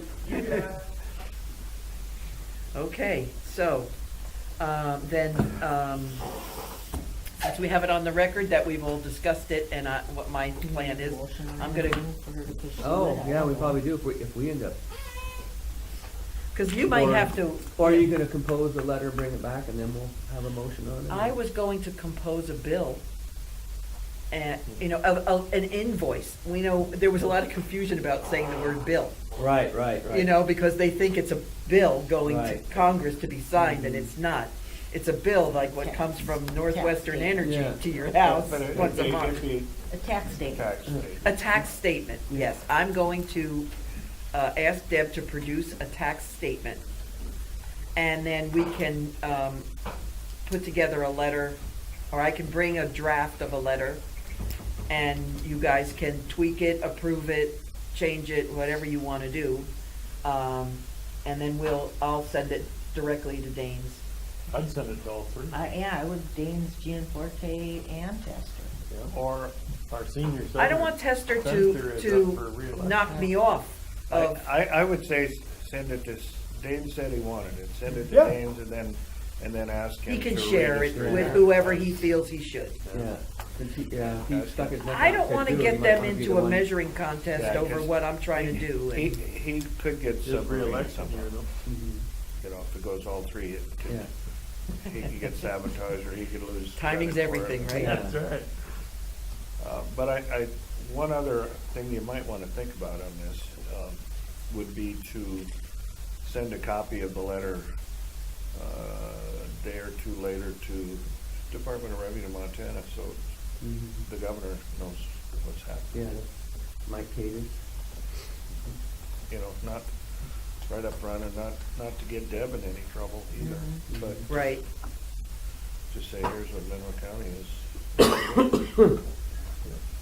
It's called a tax statement. Is that what it is, Mary? And it would be, tax statements have gone out, but it would be a late tax statement. Well, they're on a there's different year. revisions, I do that all the time, Mhm. sure, that's Yeah. not a big deal. So you wouldn't generate it, it would be generated from Helena, or you could generate? Oh, I wouldn't be able to generate that. No, I could duplicate what I do, but I couldn't generate A new one? No. Okay. Department of Revenue. No. So- Okay. I just, wanted to make sure I wasn't going over the process and she's gonna tell me I have to talk to you. She might, and we can still, I couldn't do it through the system, but. And whether I could do Department of that Revenue if I will- had the, taxable value and then which. Make one out and she would get in trouble. Which we have, she supplied that. Mineral taxable County value. could make out their own. She supplied the whole formula. So I'll talk to her, and if she refers me back to you, then I will come and see you and we'll generate the, I'll send you the information on Phelps, see what we can get over the years. okay, good. She was here, what was that, a month ago? Deb? Yeah. And it might not hurt to have her come back you'd probably be doing this for like next week's meeting? I don't know, depending I on how could, quick- sure. Maybe I'm- ask her to come to the meeting? Deb? I could ask her if you want. Just from her, It might be good to get her input whether Whether she wants to be mentioned she or not. needs to generate, or she can generate it, or if you need to generate it from the commissioners. Yeah. I'm sure you have to be involved, because if I buy a property and there's, Yeah, I would say It's a she new- may be sticking her neck out over and above.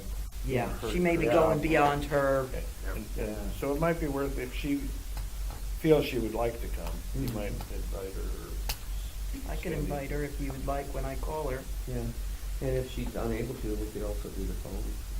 Be better to Yeah. have her in person, but if she wanted to say something. She understands what you're doing, So, yeah, So- she does. whether she would feel she'd need to be here. So do you want me to, do you want to put me on next Friday's meeting? Now? How full does that day look, Casey? We look pretty good at like 11. Okay, 11's good, Okay. and I'll have my side done again. And if there is a way to kind of incorporate the, well, I guess we could divide that, but they're pilt. Is there pilt 11 cents an acre as well, Mary, or is that a little different formula?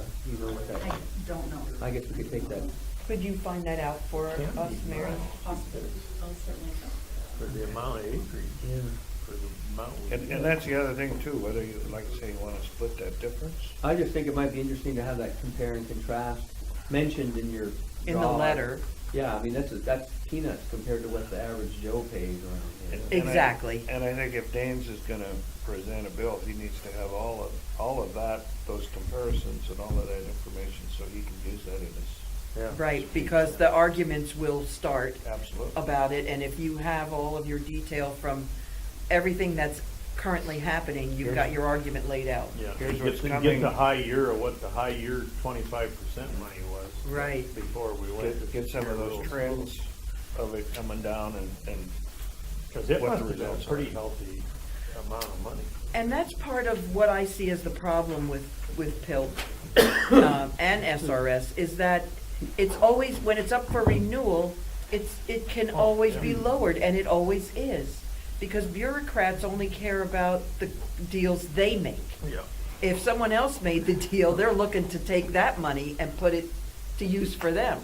So, Mary, you threw out Plum Creek's average when they owned the land was $1.49 an acre. Right. I just did quick math here, it might not be exact, but I took the 640,000 acres and the 216 that we got from Pilt before, and that's about 32 cents an acre. So when they gave us Pilt, they were giving us 32 cents an acre. instead of $1.49. Right. And we should, I mean, if they wanna make partial payments, either, we can bill them for the difference. I mean, I don't know how far we can take it, but I'm willing to just keep trying until we get something that works for us. Because clearly, trying to run a school on, what did they give us, $900 was what St. Regis School got, as a result of all of this federal land. Mhm. And Harold Blatty, is that his name? Yeah. He took exception with that with me and said, no, that's not right. So we went around a few times and the number he ended up telling me, because all I want to know is exactly how much money did St. Regis School get from all of that land? That's all I want to know. And his number was 0. So I said, that's not even, you should have stuck with the 900. But, he wants to say, well, it goes into here, and then you can't tell, and then it gets mixed, and then it gets separated, and, just tell me the number. Because there has to be a number somewhere. Mhm. Well, and I think, and those are the important things to have written when that bill gets submitted to Davis too, is have all the figures, maybe even of the schools, what was coming in, the unemployment figures for the county, the population, all of that, so he's got some fuel to throw. Right. Kind of. Because look how healthy we were back in the heyday. What was it, the 70s and Yeah. 80s. 70s and 80s, we were healthy. Yeah. And you know, the mean income, average income of the county, those kinds of figures. So you can Yeah. get some of that from Tim. I think. Yeah, I would think so. Kevin's probably, The economic, in days yeah. gone by, has probably got a lot of that information. Who? Kevin Chamberlain. Oh, He just retired last. yes, I know. He started up this idea too. Yeah. So- You might be able to call Kevin and see Yeah. what else. Yeah. He was, Yeah, he liked that he idea liked the too. idea, yeah, so. And I guess me coming here from another place, moving here almost 15 years ago, you know, I looked at things this is all completely new to me. Because where I grew up or lived my first 50 years of life, this never was, Which is what's part of the problem, is the people in Washington DC have never been. and they can't don't understand. I can cannot tell you for a understand. fact they don't understand, because when I moved here and learned and said, well, wait a minute, what about this and what about that? And I said, that's just not right. And if and I'm sure I'm not the most, I'm not gonna go after things, 110% every single thing in my life. I've never been that way. But this is so obvious. Well, before we got the free money, the handout money, when like I said, back in the heyday, the timber dollar that came out of the forest multiplied and rolled over 8 times in the community in terms of tires and fuel and jobs and chainsaw shops and. So and those are the kind of things I wanna put yeah. in the letter. So now we get the money, but it's just flat money, but there aren't the jobs and the families and the, so that's why. Businesses. Yeah. the Right. business- All that That- stuff is gone. Right. All now. your young people leave. Yeah. And then you had how many taxpayers? Well, making a County's always living been wage. dinky, yet it's kind of hard to use that argument because we had less people, like in the mid-70s, we only had 1,800 people in the whole county. Now we have 4,200, But But how many everybody of was those, working. But that was on how a many of sunny those day. are Yeah, working that last taxpayers? one. Most of them were. yeah. And there is a. in those days? Yeah, everybody There's worked. the other little thing is, we've gotten hurt just by box stores in Missoula and transportation. I mean, some of the stores have closed just because of that. Well, on the internet. Yeah, Yeah. people can. Yeah. Buy on the internet, yeah. Yeah. So that's bringing all of these problems to light so much quicker. Yeah, but we are ratcheting down. I mean, you don't have to ride around Superior and St. Regis to know that this is not a thriving Nope. county. So I did some more math, so just as a refresher, so Plum Creek with their ground, when they owned it privately, $1.49 an acre according to Mary. Pilt last year was $216,000, which is about 33 cents an acre. And the thing that Deb figured out for you, that $445,000 ended up being 69 cents an acre. So basically it went from 33 to 69, which really isn't that much of an increase. I mean, if you're talking about a tax bill going up. But there is whatever that phase in, and I don't know what that is. Yeah. Phase in, that must be a reduction, a tax credit for a time frame. So maybe that ratchets up. After the phase in, it would go up. It ratchets Usually up. like we had phased in before for, Tricon Right. when they were building and it just. They had a increased. 10-year phase in. 10-year, yeah. Right, right. Oh, so this is the lowest Yes, it would go up. it would from be, there. and It's they like a would new phase business. in every year the correct numbers, Yeah. or the new numbers, so it would continue to rise. So this is the lowest bill they would ever get. Yes. So they should write it. And then if we reviewed the property to see what was developed, what had buildings on it and what was riverfront, or I don't know, is riverfront, taxed differently? Yes. Okay, So then that would be this another Yeah. part of the phase-in, would be Smaller revisit. acreages are taxed at a higher, because it could be, and the residential of the compound at St. Regis would be higher. And Savanac would be higher. And the state campground, The They're campgrounds actually- would they're be a actually different commercial- number. That's actually That's commercial. commercial. And commercial jumps way up, and so would the campground down here, because they charge, so that would be. That would be commercial. even better. Yeah. Mr. Young, I know we mentioned Plum Creek a lot in these meetings, but I know there's other timber companies that own property in Mineral County.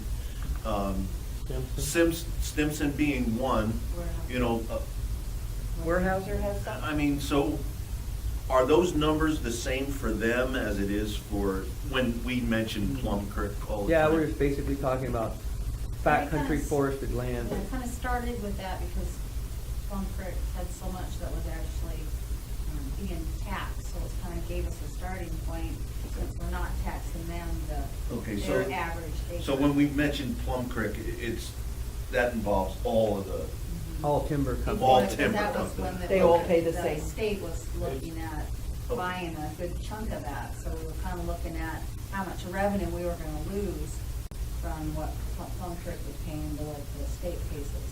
The only thing And is, then Steve, it's- they're a little site specific on the values because it depends on how good a growing site it is. A better growing site is a little higher rate, but basically that's the average rate. For a forest, just a forest Okay. plot of land that might be owned by Plum Creek or Weyerhaeuser. And by the way, Weyerhaeuser bought all the Plum Creek land, so now Plum Creek's not the name in the county anymore. It's Okay. Right. But So it's Stimson just them and didn't Stimson. have as much, and they pretty much sold a lot of their, that's why this road now is closed. That was a Stimson piece of ground that private owner bought. like around my house and Travis's property, I mean, that's all Stimson. Yep. On both sides of Camel's Hump Road, Mm-hmm. all around us, behind me, out in the front, Is that Stimson? yeah, yeah. But they all And pay I the was just same. on, wondering if that property was the same as Yeah, it's just what we- basically talking about undeveloped land that just has trees Okay. on it. Okay. And then like Denny said, you can get more complicated about, oh, is it flat ground with richer soil or hillside? But that makes really minuscule differences, but it does count I a bet. little bit. It's more work than it's gonna generate. For this. For For the this. purpose of this. It's just an average will work. But the residential sites down the road, commercial sites will make a big difference. Yeah. And the river is The river huge. frontage, I suppose. River hunter, It's- frontage yeah, is that's huge a big too. difference. So, I mean, I don't see a downside to doing it. Oh, that, when we heard Yeah, no, Mr. Dane we- say, yeah, that'd be I kind think of that good was to a do. good idea. Yeah, and then to say, if you run into any roadblocks, call me. Yeah. Well, and I So think- I'm okay with that. And like I say, I think that is to get the dialogue going on everything else that's been going on. Yeah, how else are you gonna get their attention? Well, we've talked a lot about ramping up the timber cut, you know. That's, We still haven't seen minuscule. We I mean, it's have- helped us here. we have but right it's here, but that's- minuscule in that we're 30 years behind. And Right. we're You know? still But not even ready. that, Dwayne, it sounds like Missoula County gets more than. Yeah. They Mineral will, County. they don't Yeah, cut a single yeah. tree. So, Yeah. And they haven't cut a tree? They do all the Yeah. protesting and they get Yeah. the And they get more benefits. money. Well, they've got a little Because bit, it there is touches some that goes the on low, up by low Sealy forest. Lake. That we don't- When I it's heard still that the other in day, I was Missoula County. shocked. Oh, I was So, shocked. so they do have logging going on up in Well, that you got, area. look at Sealy Lake, that's Yeah. Missoula County. yeah. So Yeah, I wonder that's- how much of that's on private land versus the forest land. They have Well, much sale. they had, when Tim Love was up there, they were, Yeah, he was pretty good. yeah, they were but trying to doesn't, get some but done. doesn't the Superior District do 90% of the Lowell Forest? We're like 65. 68% Yeah. or something of the low 68. cut Yeah, right now. 60 or Yeah. 70%, yeah. But see, and Yeah. some of this We will get- catch up. Mhm. We get 10%? Yeah. Yeah, we Again, mentioned sounds that, like- we mentioned that to Senator Daines, that inequity, and he was gonna look at why that formula comes out that way, because that doesn't seem fair. To No. me, it seems like this tax thing would be the way to go. Mm-hmm. Well, it's not gonna make anything worse. No, certainly can't hurt. So I think it's worth it, and I Getting think them it's to pay fun it to is another do. thing. It's a fun project to see if we can get Yep. anywhere with it. And it's not radical. No. Well, It Carol, makes they might sense. want you to go to Washington DC instead. Well, they can want all they want, but I'm not going anywhere Well, you've near got that a East chauffeur, he Coast. could drive, yeah. It's not that far. We'll go to sightsee There in you the go. springtime, but that's it. I'll go along, Steve and I'll drive you there. Yeah, okay. Yeah. We'll make it a road trip. Mm-hmm. Okay, so Can we're you use a state plane? state plane. I've been in that plane once. Oh, yeah? Really? Nice.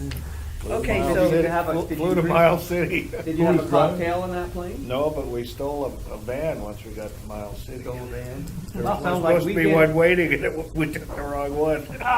This sounds like National Lampoon weekend trip with Denley. yeah. Yeah. That'll be good. Now, I should keep you guys in the emails when I go back and forth with her. So do you have a main email for the commissioners, or do I have to put each one of you? No, it's MC Commissioners.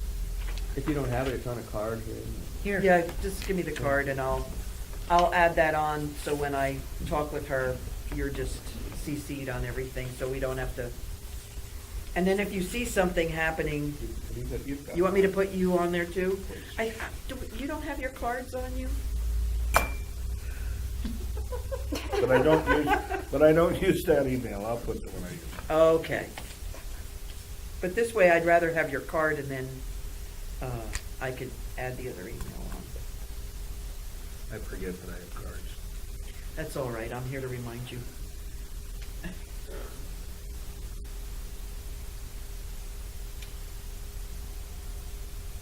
I have another. You didn't write the Lord's Prayer on the head of a pin, so I can't read it, did you? HD14 Gmail, yes, I got you. Okay, well, thank you for your time. We went a little bit over, but no problem, I'm happy to do it. Doing this. All right, all right, I gotta have a all project, right. right? Thanks, everybody.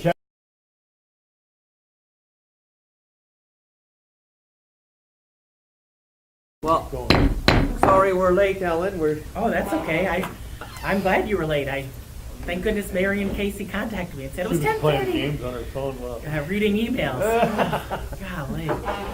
So yeah, on the agenda it says crime victim advocate position. So is that currently the Shirley Awada position? Yep, it's the Shirley Awada position, but Casey and I were talking to just remind the commissioners that when we, sorry. Did I? No, me. I said the name. My bad. Is that what you're going to correct me on? Oh, no. Oh, okay. Yeah, no. When Mary Furlong and I wrote the grant for the Marcy's Law money, we had asked for everything. We thought, what the heck, we already have a half-time victim advocate, but we're gonna ask for a full-time. And we're gonna ask for, money for equipment and stuff. We got everything we asked for. Now we know that's a limited grant. It's good until June 30th of 19. Because we have been told that the Marcy's Law, they are gonna pay what we were awarded, even though Marcy's Law is not Until currently in 19. place. Until, the end of it was a 2-year grant, so June 30th of 19. So we actually, the county has 1.5 FTE crime victim advocate. So, I just haven't gotten around to talking to Casey about advertising for a half-time victim advocate. And we've had it since July 1. I just haven't had the time. But Shirley met with me maybe at the end of January and said she has so much stuff going on outside of work that she would like to go to the halftime position.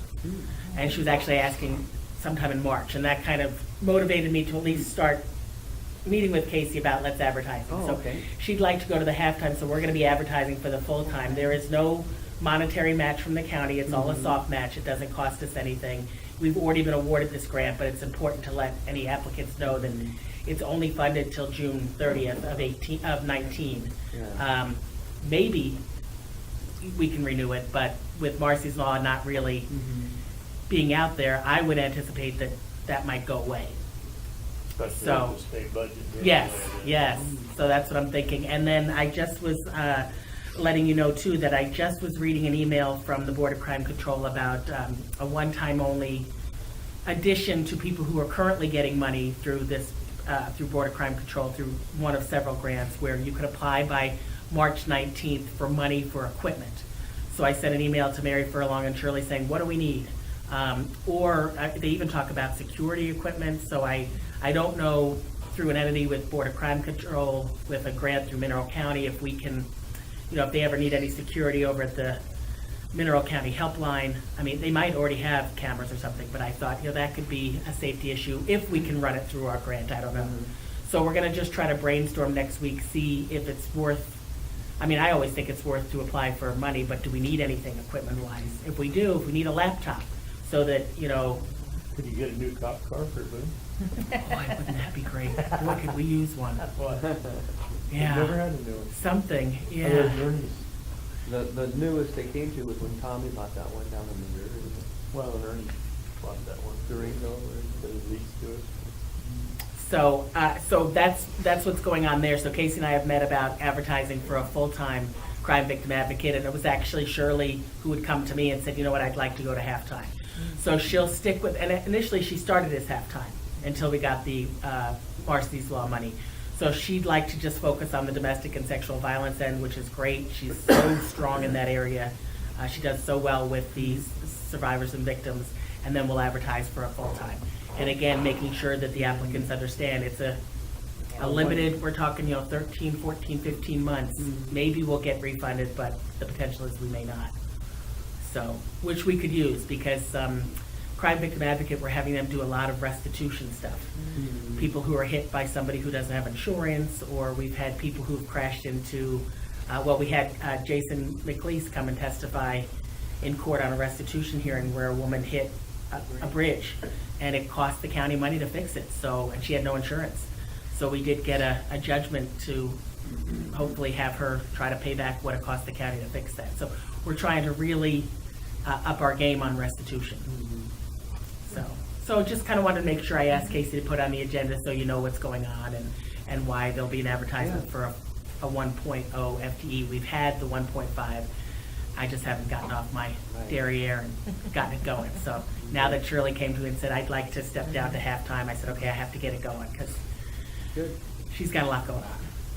Yeah, and we want to keep her, because she does such a good job. I'm glad it's working, because I was sitting there worried, who's going to want to work half-time? But now That's you've what got that solved, so- right, and that's why I wasn't really motivated to advertise, because I thought, that's going to be so tough, especially if we want a big pool of people, applicants. People aren't going to be able to commute for halftime. Right. So, so it worked out great, and that's What actually. will be the rate of pay for that? That's what I was just saying. Boy, it's in the grant. What were we saying? It's like 15 or 16, and it's already written in the grant. And that's the same with Shirley's. Her money through the Missoula grant that they wrote with us was all in the grant, and I think it's 15 or 16 something an hour. So I'm hoping we're going to get some good applicants, especially full time. Yep, and all the the insurance, that's all written into the grant. Yeah. Oh, good. And I talked to Shirley even about space. Occasionally we have juvenile probation sharing her office with her. She's fine with somebody else coming in there. And we don't see juvenile probation maybe once every 2 weeks. Yeah. So I think Steve Everett will be fine with that. He's the new guy coming out here. So just an update, just to let you know what's going on. Well, thanks. And that we're not getting rid of Shirley. Good. Yeah. That's how I was She's going, just, oh, no. she has so much going on. It's just amazing. So Wonderful lady. So she's great, and we'll get that advertised and hopefully get some good candidates and get it hired. Sounds good. All right. Thank Okay. you much. Thank you guys so much.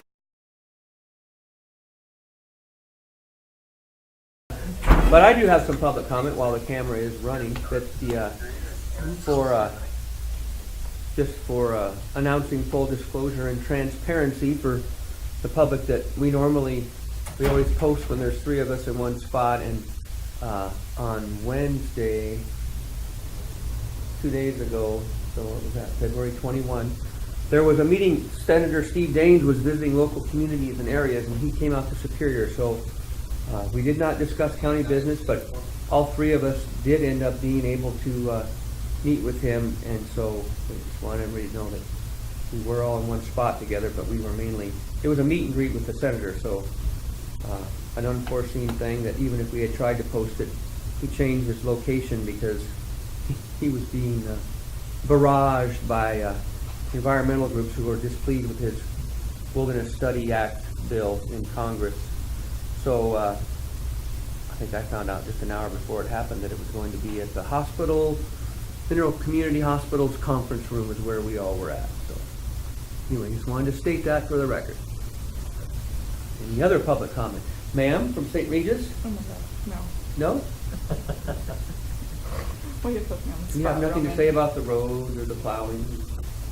No, I will, to add to your deal, last Saturday, whatever date that was, what was last Saturday? Anyway. 17th.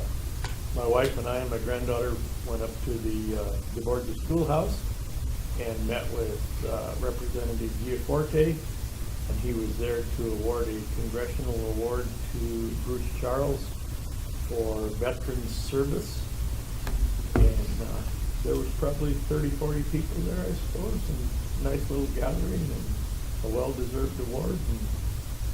And other than it snowed quite heavily. It's, yeah. So, Was there food there too, or? There's cookies and coffee. yeah, it was cookies and coffee.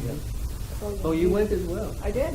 Yeah, I drug everybody over. Jim, the camera lady was wondering, are you just gonna film anyway? Doing public comment. Oh, Okay, okay. so Terhune and Wayne Morris? Wayne Morris, this is their property line. This line and that line should be matched up, but we'll go with that right now. So Western Waters has a piece in here. So Terhune owns this piece here. We have a 60-foot easement across the Track. tracks there. So then we go into the 30. So what we're offering to Terhune is to purchase an additional 30-foot easement there to do that. I just noticed yesterday that all of the telephone boxes are sitting on this side. So they're all gonna have to be relocated or something. MDT Rail Link wants to send this easement, you know, they want, our current crossing there is about 14, 15 feet, whatever in width, and they wanna make it 24. If we don't get additional footage out of it, it's gonna be really pretty hard. So, I still think this is possible. I think Why do we they do, want to make it? because that's the standard for armbar and. Oh, is it? Railroad crossing, Yeah, yeah. it gets expanded. Oh, okay, that's, yeah. So otherwise, they're gonna put this weird 24-foot crossing centered over the 30. It's gonna, The road won't match up. well, I mean, to do that, if we're gonna help the situation and kind of reconfigure the road, that would help it. So Morris came to me and said, you know what? So this fence goes up here in the corner, comes down and connects back over in here, and Terhune has horses? What's the horses? Yeah, 5. Anyway, he's pasturing them on his piece over here, but there's no fence in between, so Oh. they go for the whole thing. So, what happens out there in world reality is that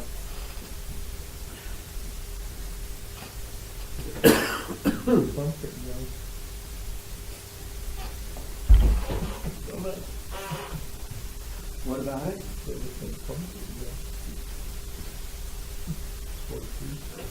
okay, so if you want to get real technical, Mary Daigle issued the county a 30-foot easement right along that section line. That's the way the old original dedication for the easement reads. Okay, you can't get there from there to over here, because that's down over the hill from the railroad track. Okay. It's past the tree, the big tree out there, and the guy over here bought that piece from Knutson after Knutson claimed it. Or you put a little sign up, Montana River guys. Yeah, so he bought that piece. So at some point in time, I don't have the exact survey, but the county filed this survey when Mary Daigle owned that piece of land, and that's the route of the road. They, for whatever reason, if you want to get real interesting about this lane that served Schmidt, no, it serves Schmidt. If you wanted to get to Schmidt's place. Oh, you had to go by Daigle- Dago, yeah. No, you came like that. Really? Yeah. Back in the old days? Yeah, the old crossing is sitting clear up here. Hmm. So then the railroad said, no, this is a better location for it. We don't want it on that bank up there. We want it down here. This is the best location of all of them. So it got moved over here. So somewhere in the process, the county says, well, gee, it doesn't look like this, so we better file this. But if you look at the survey, the old original one, which I don't know what it is, it's in the 60s, I couldn't quite find it right now, but I don't think it's really even signed by Mary Daigle. It's just, it says it's a granted county easement, and there's a recorded deed document that goes on with it, so, you know, it's legitimate. Then MDT surveyed and cut out the piece through here, through that other Before you change it real quick, what's that mean? Survey at the request of those people, what's that? Helen and Lytle Samuel. That's who wanted the retracement survey. The main purpose is just to retrace. Is that a company? I don't recognize those people here. They owned it for a little short amount of time in there, maybe before Knudsen. Oh, huh. It wasn't after Knudsen, because of the timing of the survey.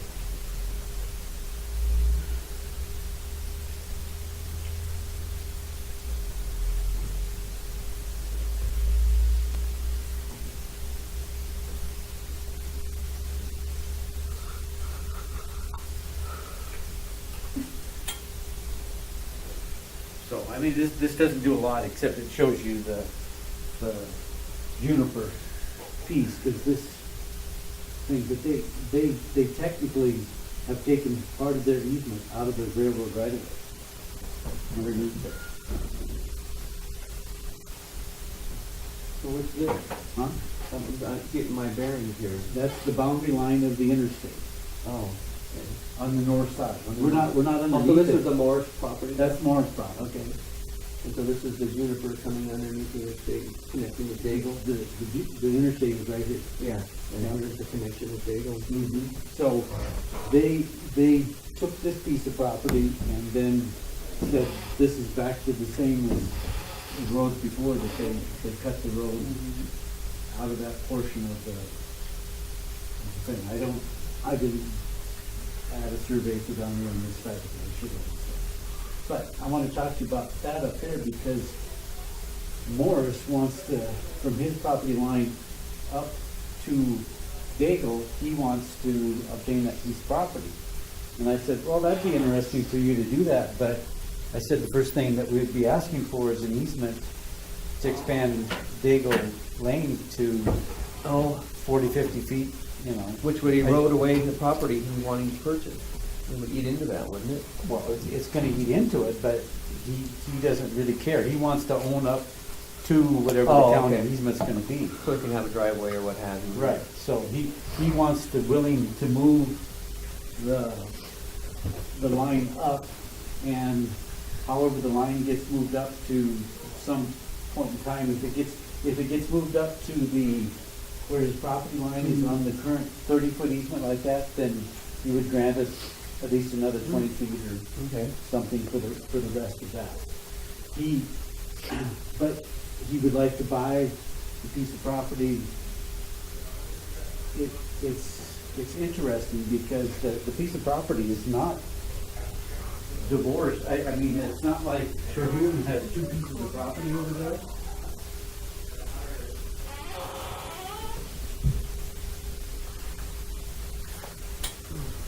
Because his property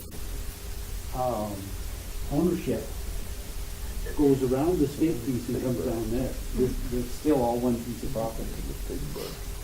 So, And you're saying ignore this green line because the true property line is the gray one? well, I mean, that's what Cadastro showed. If Cadastro was accurate, the gray line and the green line would be together, because that's the township line. It's also the section line, but it's the township line. And that, on that survey, that corner thing right there, the section that, of all these four sections, you know, it's right up there at the end of that statement. So, but Morris wants to pick up this piece of property in the process. On the western water side? Yeah. Or facilitate it. However you do that. But then he's heard a little bit, and primarily from me, that Western Waters needs this property to get a sewer permit. And so if Western Waters wanted to buy something, and he could get that other piece, and we could get our easement on that side, and then get another easement, we can all put that together in a package deal, but it's who does what to facilitate the next process. But I said, for the county's best interest, we're just gonna try to proceed and do anything we can to get that 30-foot easement on that part of Daigle up there to join it into. Well, and if we end up buying at the railroad crossing from Terhune, start this facilitating, does that eat into the opportunity for the Western Waters to get enough ground for their septic? Or is that gonna be not infringing on that?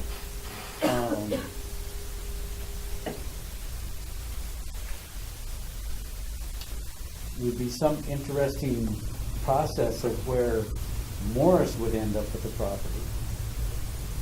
And that would end up stymieing Western Waters' No. problem, wouldn't it? Then he's willing to, if Western Waters wanted to pay for their portion of the survey and pay him something for that, he would relocate the common boundary between that piece, and Western Waters would end up with about 7/10 of an acre instead of 3. Oh. Oh, okay, so it could still work then. But, you know, logistics is reality. Who owns the Western Waters piece now? Jared. Oh, he still does? And he says, I would like to put in a well and septic system. I drove by it yesterday. There's a well sitting right there. So I'm not quite sure about the procedural thing there about putting a well in, because I knew it was out there, but he covered it up with a big pile of brush. Almost stopped and took a picture of it. But is it on his property? Yeah, it's on his property.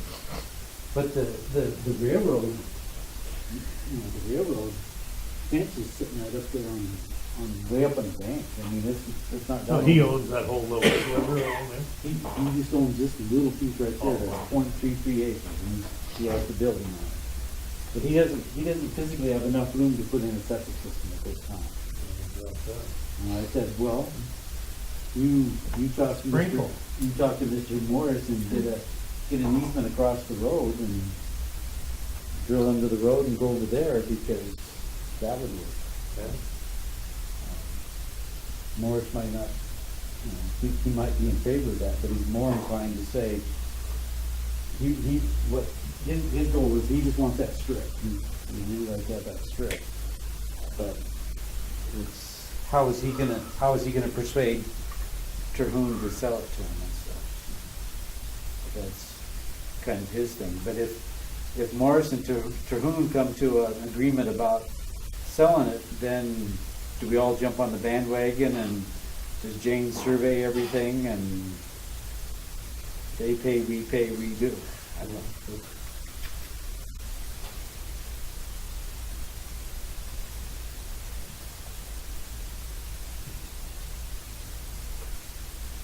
But the associated important question is, When is Rail Inc. and MDT gonna jump on that crossing construction?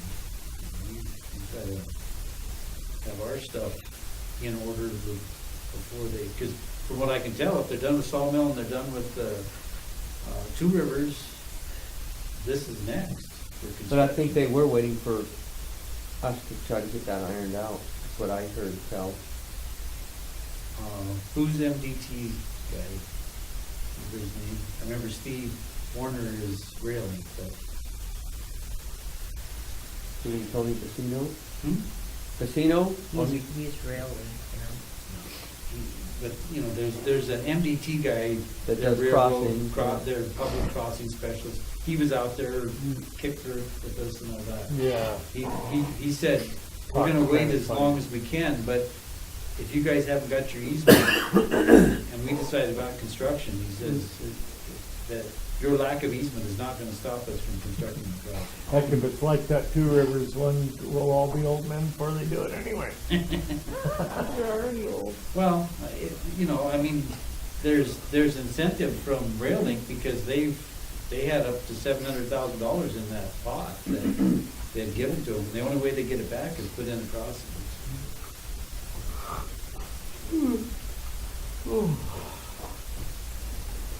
That's all for me.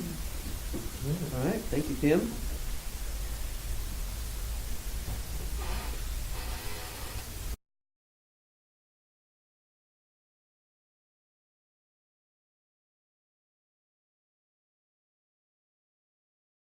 So,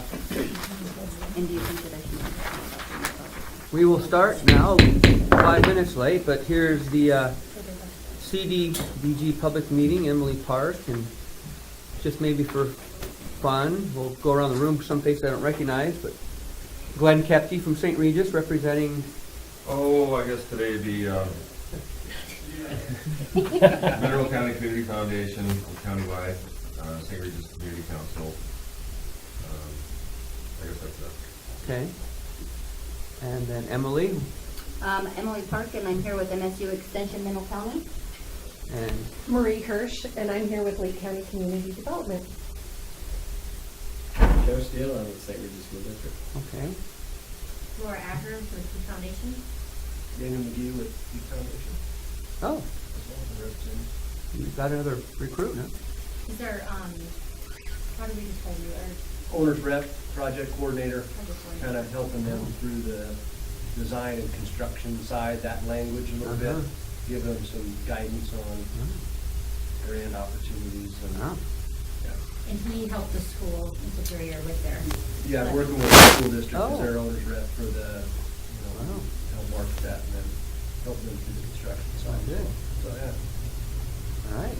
And then we're just, the commissioners, our name tags are there. So, all right, you want to start, Emily? Yes, I will start. So I want to, first of all, thank everybody for coming, and thank you, commissioners, for having us today. We're going to talk a little bit about the community needs and what programs there are available for help to assist businesses and nonprofits to meet our goals. Work in collaboration with Lake County and Sanders County on business development projects, community development, trying to help small businesses grow and find out what resources are available to them. And this is Marie from Lake County. She's gonna kind of walk us through. So, we have a collaboration that is recognized by the state of Montana. We operate with Lake, Mineral, and Sanders County being a certified regional development center. In doing that, we have a mission statement that includes the 3 counties, as well as coverage of the entire Flathead Indian Reservation. So within that, we have a relationship with the 3 counties. We provide funding, or the state provides funding to us, and then we use that funding for the collaborations and the opportunity to support Lake, Mineral, and Sanders counties. And one of the things that we do is we use portions of the funding that we get through USDA Rural Development to host workshops across the region. We typically use Superior as a location point. Sometimes we are now using the new Paradise School as a more centralized location for people living in Thompson Falls, Sanders County area, and being able to jointly share that space where we can't get enough people in one of those 2 smaller locations. So we are working on that. Another element is that we work with our joint revolving loan funds. Your county has a revolving loan fund. I know that most of your funding is earmarked for loans that are specifically happening in the near future. And so one of the things we do with both of our partner counties is work with the bankers to provide gap financing, and then also within your work with Emily to be able to service and do a loan when the funding isn't there in your portfolio. As everybody knows, one of the key things within your loan portfolio is being able to protect it. So we write grants as well to provide technical assistance. And right now we're providing some contracted as well as some direct TA, where we hire a bookkeeper through one of what we try to use always local community business people to support other small businesses and teach them how to do things and improve their capacity here in your county. So those are some things we're doing with that funding currently. So we say we're going to enhance the quality of life and economic well-being of all the residents in this region. And I like to think that we do that, and maybe not to as many people as we'd like to, but certainly to the business community and the small businesses that come in and work with us. The role of this project today, I'm sorry, I'm not really adept at these things yet. The role of our community development projects and the things that we do is we can't, and I think this comes up today in some of our conversations, is that we're small offices. Emily's one and we have three essentially. So we aren't in the position of being able to do all the work on these. And what we really try to do is find community champions where they come before the commissioners, they present their projects, and we can provide the stability to a project by giving them feedback, but we don't actually sit and do all the work for them. So I think that's important for people to understand, that we're there to help you fund it, find ways to fund it, give you feedback when we see when you present something to us. If we see there's something missing, we try to always tell you that. Let's see if we can get to the next one. If it's a county, so if we're doing a grant, one example, and I don't think we've done one yet here in Mineral County, but the Big Sky Trust Fund, the coal tax money that's available, right now they don't have dollars for planning grants. If you were gonna do a project with a business and you wanted to plan, like an example of one I just did recently was for a small company that wanted to expand their product and their packaging, and they wanted to do an analysis of their competition at a national level. Wasn't an expensive project, $10,000, for a large scale distribution doesn't seem that expensive. But that money could be used from the coal tax funds. They're currently, that money's all been earmarked for this fiscal year, and there won't be dollars available to use in that again until July 1st. And we have our fingers crossed. Do they get about $3 million a year off of that interest that's spent? Yeah. And the planning grants have just been amazing in being able to fill those. They're a lot of fun to work with. The other part so one of the tasks that we do is we help prepare in conjunction with the business. We help them prepare those documents, but we also keep the counties, when we're working on one, we keep the county involved in it as well. Because a lot of times when you're developing one of these projects, the next step after capitalization is really administration. And the next level of sometimes that funding is creating 10 jobs. And Emily's working on a grant she's going to talk a little more about in a minute that actually will run through a county, provides 10 new jobs, and gives an opportunity for administration fees to come in, but it also creates opportunity for economic development in the community. So we're small organizations, but we wear lots of hats. And I have to say we have a lot of fun doing it. So today we're here because annually one of the most important things we do is get it out in the public. We just did some surveys. I don't know if any of you, I think you guys are aware of the comprehensive economic development strategy that's developed in conjunction with the 3 counties. And Emily will be getting a copy of that she'll be able to distribute to you very soon. It's available on our website, but we're going to get it over to her to get to you guys. And it'll be she can put it up on her website and make it available for you guys. That comprehensive economic development strategy talks a lot about what you want to accomplish in Mineral County, Lake County, and Sanders County.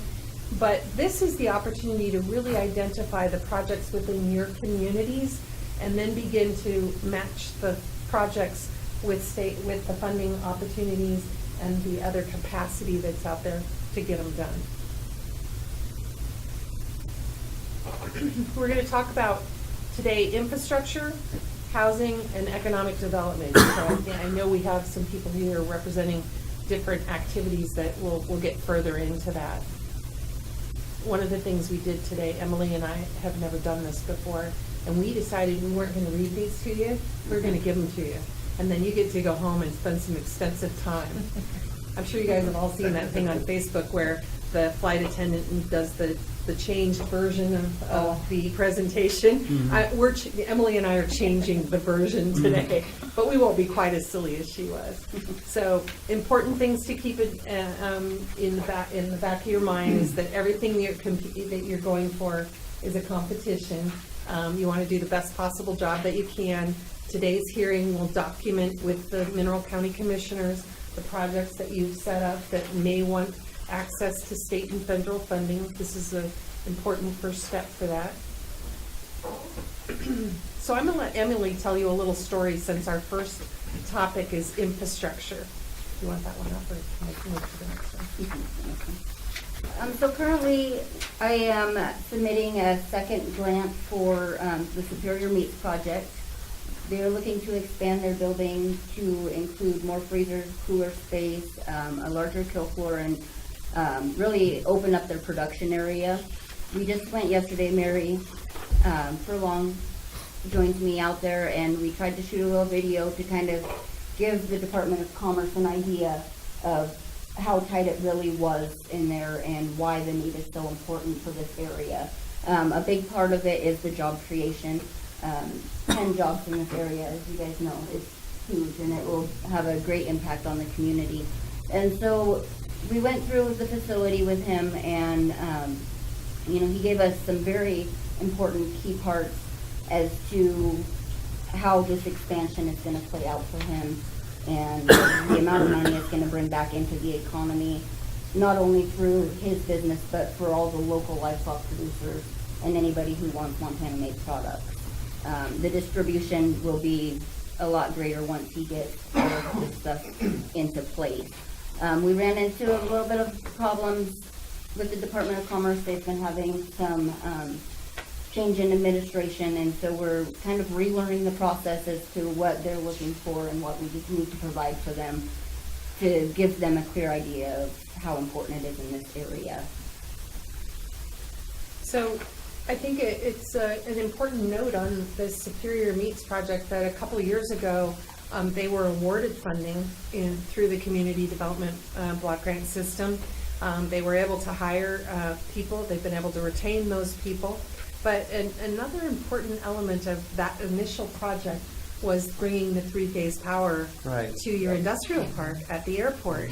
And I think oftentimes people don't realize that these small businesses, which Superior Meats probably doesn't seem that small now in Superior because it is growing, but these small businesses and these projects have the opportunity to be added to something else in your community for infrastructure in working with the county commissioners. So this is to give you some ideas and get those ideas generated early on so that you can go in for these types of projects.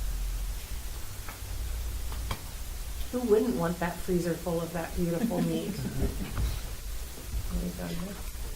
So as you think about funding public infrastructure, and I think, didn't you say, sir, you were here from the foundation? So at the foundation level, and earlier this morning you had a planning person here, as you think about the projects to focus on infrastructure, it's very difficult in these small counties that we all operate within, because there's not a lot of access to money. So this is an opportunity to say, is there a project that's sitting out there that we could go out for? We may not be able to answer all the questions on it today, but as you guys have thought through things in advance, I'm sure there may be something outside of a business opportunity that's a true infrastructure need. So we can talk about those as we go into this as well. So most of this money it's federal money that passes through the Montana Department of Commerce. It can be used for some of the same purposes that the Big Sky Trust Fund money could be used that we were talking about earlier, but this is a little bit larger scale. Public and community facilities, a lot of times this money we're going to get into USDA. There's an opportunity to combine USDA and CDPG within some of these larger projects that you might be looking at. This one references TSEP. We're going to go into that a little bit further in this. The maximum amount of money that's available in this is just under $500,000, and you do have to have matching funds for that. And this would be your cities and towns in your county. It could be a water or sewer district project. I think all these small communities have opportunities probably. And we did put the links. One of the things I would encourage you guys, we felt like it was important to put the information in your hands, and these websites have great information, but I would encourage you that if you're thinking about a project that maybe doesn't get brought to the table today, make sure you have a conversation with Emily, and her information is on the last page of the document that you have. Start with Emily and make sure that your local economic development office is involved in whatever it is that you want to get started on. This is a whole bunch of information. And I think one of the most important pieces on here is that where we're located in Mineral County, all of our projects qualify for the low to moderate income status, so we're good there. Some things to think about that they've identified are your senior centers, food banks, homeless shelter perhaps, youth home, Head Start, after-school program buildings, those kinds of things all qualify. So I'm not sure what everyone's brought to the table, but those are some really key pieces from that page. If you're looking at that, you might want to mark that with a star.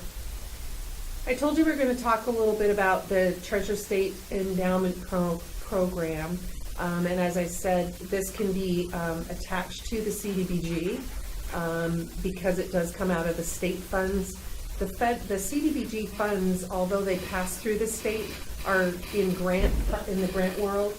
They're referred to as federal funds because it's a pass-through from the state. So they can be combined on projects, which is important to remember when you're trying to fund a large-scale project. Okay? We're going to get to a place where you're all going to get to ask me questions, and I may hopefully be able to answer most of them. So this, again, it goes to your county, your communities, your cities. If there's a government entity that's interested, here's some great, one of the things that you guys might be looking at are some of the bridge opportunities, waste within your county, if there's some county planning projects that are out there in the horizon that reference those. Okay. The Montana Department of Natural Resources. This is a great one for a community that's small as well. We referenced this one. I think one of the things that Mineral County has going for them that a lot of the others don't is that you have more resources than you have people. You really do. And so is there a way to leverage an ability to be able to fund a project or a program based around your preservation or activities with those resources? So here's some ideas. Are there some wastewater treatment plants, some drinking water? I know that this has been used for some reforestation projects, I believe, with DNRC, so if you're looking at some of those things as well. I keep looking around because I feel like there should be more people here with great to add to your existing great ideas, you guys. So the State Revolving Loan Fund, this operates very, very similarly to the loan fund that Emily operates here in Mineral County. It's probably for some larger scale projects is what you'd be going in for. The DNRC funds are very specifically state funds as well. So you'd be wanting to look at your leverage of your county dollars and your federal dollars on a project like this. Here's one that I love working with the U.S. Department of Agriculture. They have an office in Missoula. There are so many activities. I think you said you were with the school, correct? And so we may want to talk about what there might be available through USDA funding with that. I'm not specific. I don't have all the specifics, but I think we may want to make a referral. So I want you to make a note that we need to talk to you and that we need to talk to Dan at USDA as well, just because it's on the tip of my brain. And at this age, you have to say it out loud or write it down, or you'll forget it. The projects that could be incorporated in some of this would also be looking at your county facilities to see if there's any large-scale projects or development that you need to do in terms of growth or repairs or those kinds of things that we would want to bring in under this type of funding. Again, we're not going to read this to you. We're just trying to give you a really good understanding of what's available. So let's have some conversation around infrastructure. Did anyone bring a good infrastructure project to the table? Yeah, so Emily's going to make some notes on that. Can you tell us a little bit about what you want to do? Sure. Last year we approached the county commissioners about the block grant for replacing our roof. Unfortunately, we found out about it late in the cycle. So we're working with Sharon Patterson and we decided we didn't have enough time to gather all the information we were going to need. Since that time, we've been gathering that information. So we've got Okay. a good understanding of what some of our needs are in our roof. You know, there are some sections that have some asbestos underneath it, so if we replace the roof, that will have to be abated. We know that there are leaks that are continuing to spring up and cause us some issues, and we've done some mitigation to help lessen some of those things. So I think this is a place where we probably need to truly clarify, because the counties are eligible for one of the larger scale infrastructure type projects. I believe the CDPG grant that Emily is writing is under a different class. It's more the economic development and job creation. So there is a limitation in that the counties can have one open, larger scale infrastructure. So I think we should make sure that this meets the criteria of what you guys would want to be submitting. But I think we could have that conversation after. So we need to put this on the list, and then we'll have a follow-up conversation. Does that sound good to all three of you? Okay, great. Would the hospital be, because I know that they're looking at replacing their roof too, so would that? I think let's look at the dollar values. That would be important. We don't have to say them in the meeting for the size and the scope, but I think we would want to make sure that the hospital roof gets put on. The school is owned by the county, correct?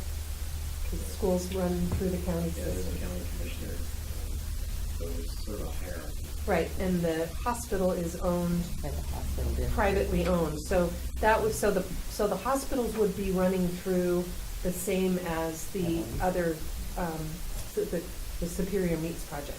So we need to make sure we keep, so that they wouldn't be competing projects. Right. Okay.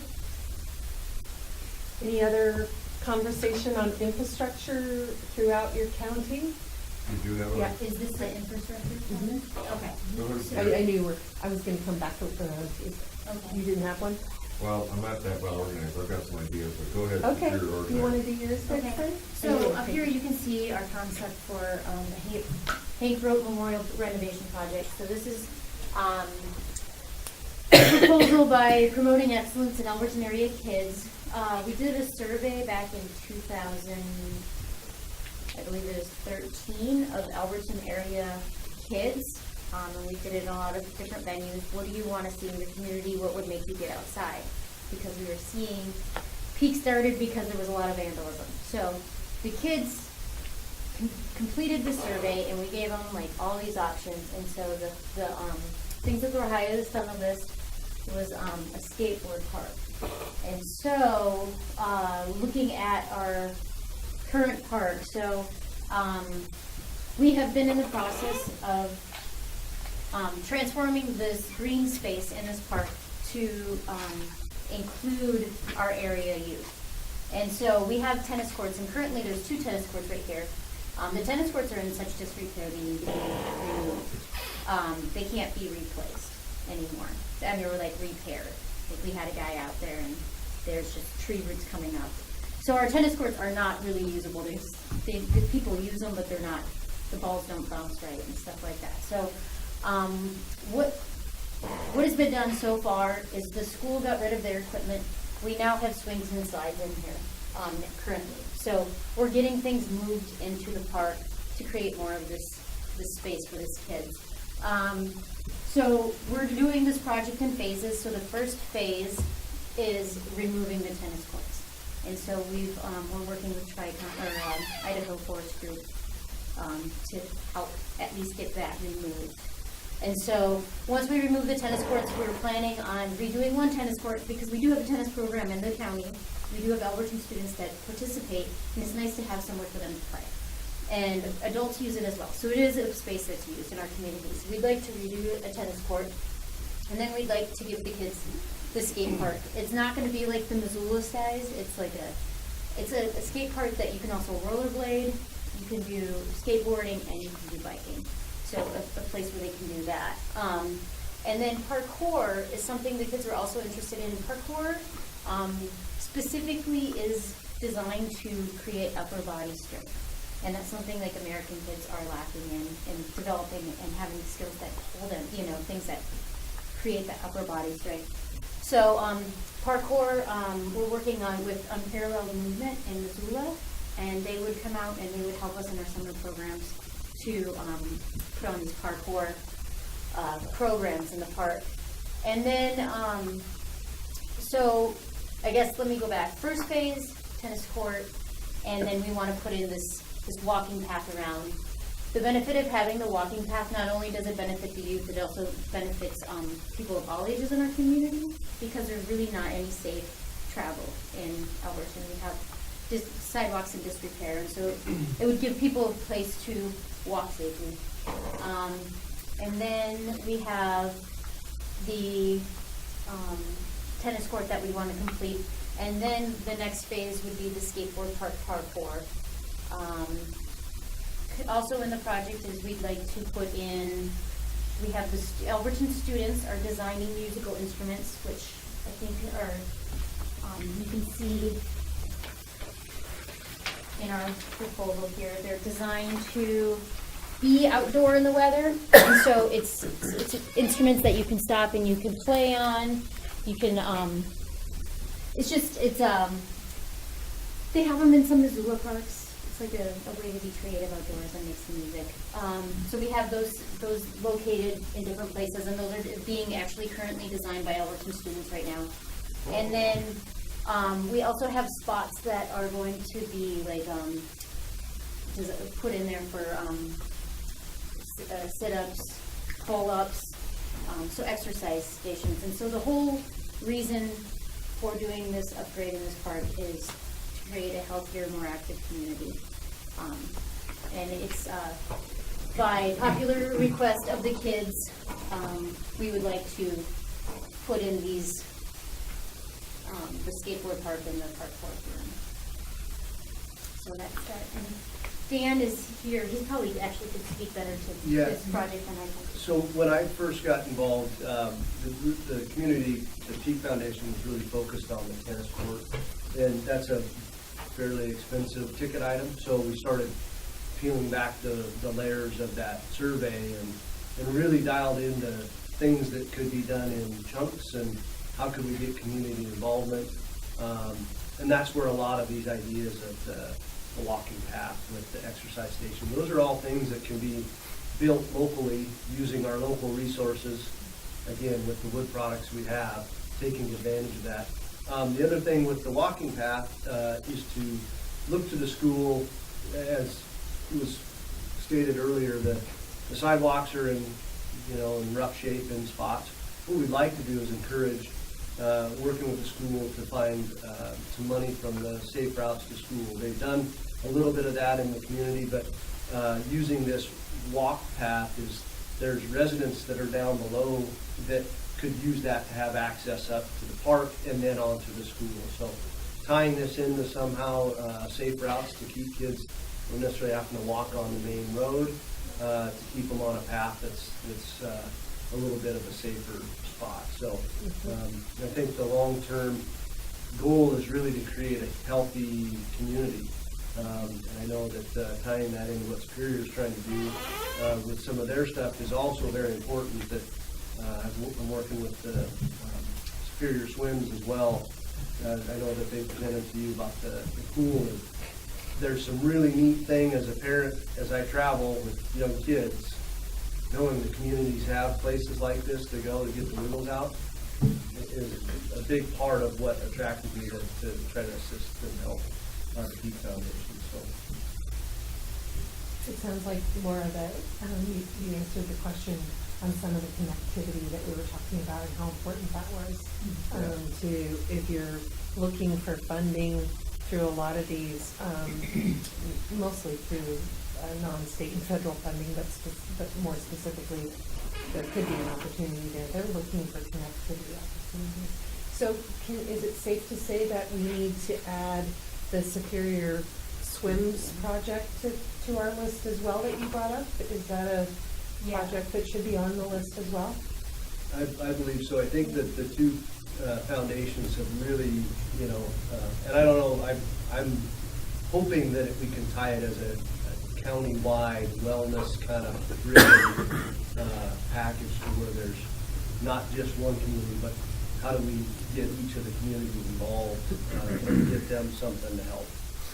And it's also in the growth plan, it's specifically creating opportunities and space for youth in our county, you know, and so it's just, we can get out in the woods and we can regulate all weekend, but it's really hard for parents Monday through Friday to get those opportunities in. That path, or it's gonna be like a little wooden chip dirt path, or It's gonna be, blacktop. blacktop? Yeah, so that would happen the same time we do the surface of the tennis court. Because it's all the asphalt, same So, like you described several grants, is there criteria or requirements that maybe this one fits better? I mean, you got Big Sky, QSEP, CDPG, what do you recommend to Laura would be the most beneficial one to try for to achieve? Or We indicated to Laura that we weren't gonna actually make those recommendations today. Okay. I mean, I think what we have to do is, I saw a few pages of a small version of their plan this morning, and so I think it's a more comprehensive discussion. I think we have to sit down and make those recommendations, and we certainly can keep you apprised of how that comes out. Because there are some differences between those in terms of matches or requirements, or, I mean. There's a really important element of all of this funding that we've talked about so far, and most of it doesn't fund recreational activities. And that's a really sad thing in some ways, but there's other opportunities, and we'll come up with. You know, I think one of the best solutions in something like this, and we spoke briefly before the meeting, is that if you can accomplish, and it sounds like you've already engaged some of your community businesses in accomplishing a small section of the project, if you've broken it down into components, which you have now, I see that, and being able to achieve, you know, anything in the $5,000 to $25,000 range gives you, then you've made an investment, you have some match, and it makes it easy then to go on for the next rounds of funding. To go in and ask for $200,000 and not have shown the community level of support is difficult. Yeah, and I believe that they've done a very good job at tying that together, and I think taking a step back and looking at it as a whole package and breaking it into chunks, that's where they really got traction with the local participation and funding, those things, so. Wouldn't the Superior Swims thing, wouldn't that have to be done through the city of Superior, through a CDPG, where it's a city-owned pool, not It's a a county-owned pool? facility. And Emily and I had a few conversations this morning about that project as well, and looking at that as, you know, as you can look at it as it exists today as an outdoor swimming pool, but I think probably Superior Swims, it sounds like, is an organization that is very interested in the overall activity of swimming, so there may be some bigger plans. I don't know. So I think we want to, I think we should put that project on the list, but I think we need to explore with them what their large-scale plans might be. What's their dream and what can they afford? I didn't know if you were aware that it was city-owned and not. No, I was not. So thank you for sharing that with me. It does make a difference when the property is owned already by the city or the county. It changes the dynamic of it. So,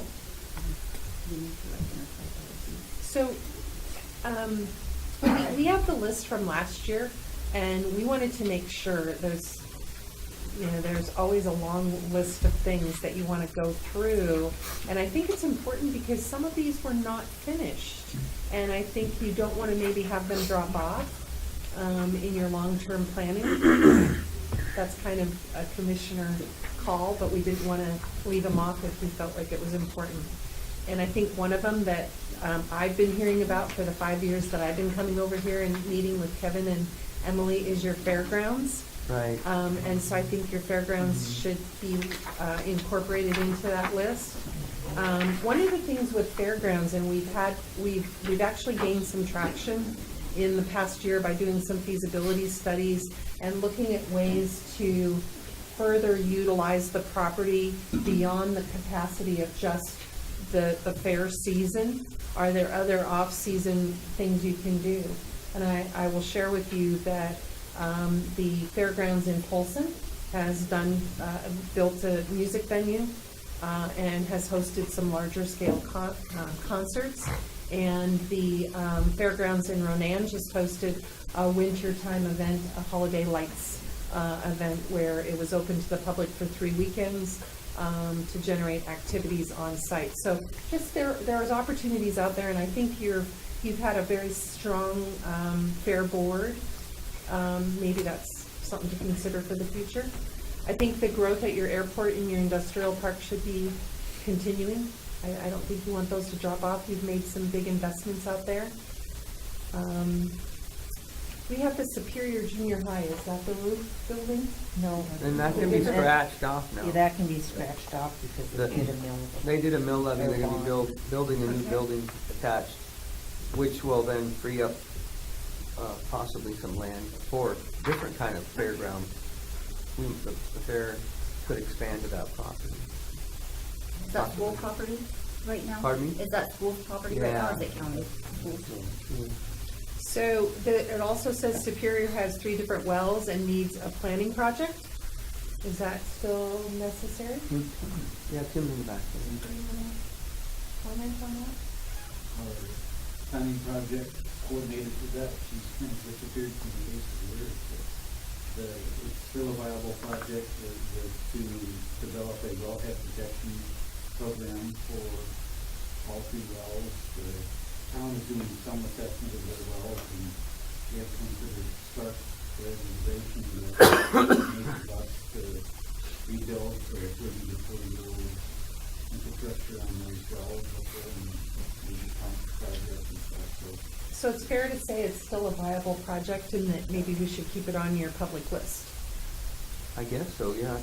That's more of the city, and Tim would know more than we county commissioners about the Okay. city's needs. Okay. Are you comfortable with that? Okay. So we have the Town of Alberton water system, and then we also have for the Town of Alberton a sewer system issue. Sewer system upgrade is really completed. I mean, they had a revamp of the system, the cells were revamped, there was treatment added, so they're in much better compliance as they were this time, but they're starting to get pretty well handled on the water system. Water's still an issue. And then we also have the St. Regis sewer system. This one, it was, the third cell was activated planning into a project, and there was some revamping out there, so that system's in good shape. Okay.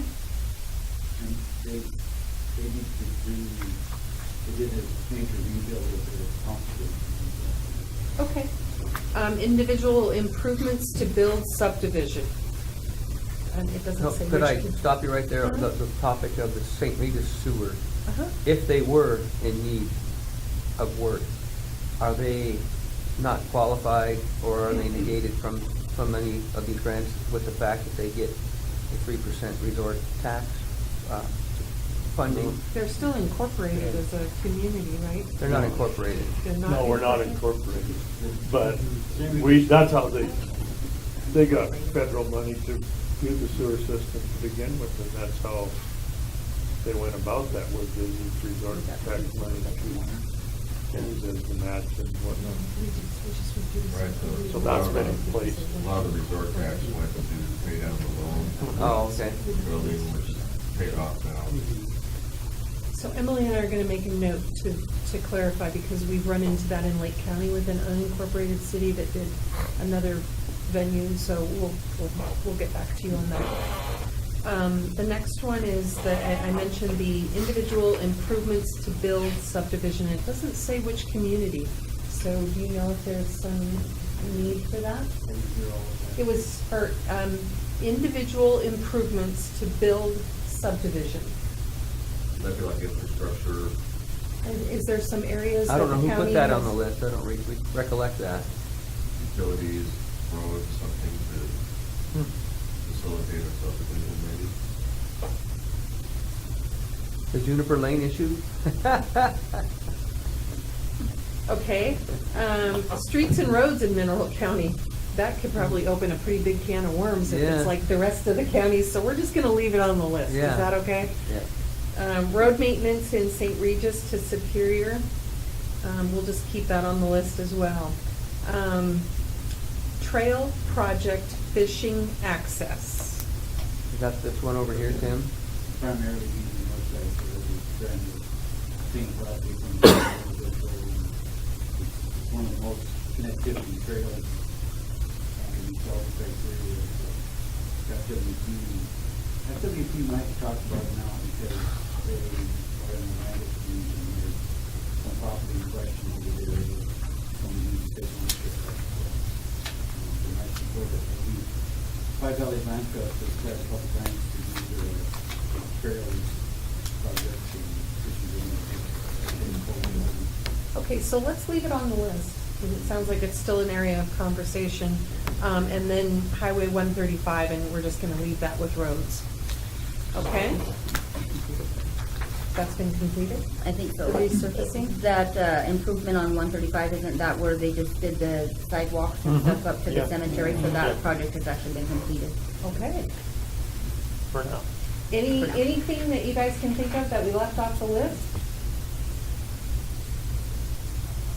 Okay, it gets faster from this point on. Right, Erin. Yes, you can. The Mineral County Community Foundation has programs to help youth, particularly, and nonprofits in Mineral County and the communities overall. And we've been doing that for over 20 years. We are the umbrella organization for the swim group. And they've changed the name from Superior Swims to something more inclusive because it's a countywide resource. And I wish they'd have known, that club group would have known about this. The leader is the teacher, so she probably couldn't stay here. Some of the other people, I don't think they knew this was going on. And I wish somebody else from the Community Foundation or the swim group could have been here to promote it. They could have explained it better than I.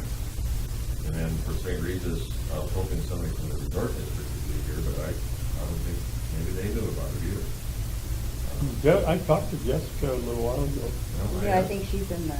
I asked her if she was coming, she said she wasn't. But somebody from the board, from the resort board, was there helpful. I believe Emily does the public disclosure, so I know that that went out in advance. And it was in the paper. Yeah, it was in the paper. Yeah. 2 weeks. So I apologize that Yeah, maybe I saw someone it, didn't see it. yeah, I saw it too, and, Well, I asked Jessica on the phone if there was anything that she was interested in talking about, and she said, no, not at this time, so. we have a conceptual park in St. Regis.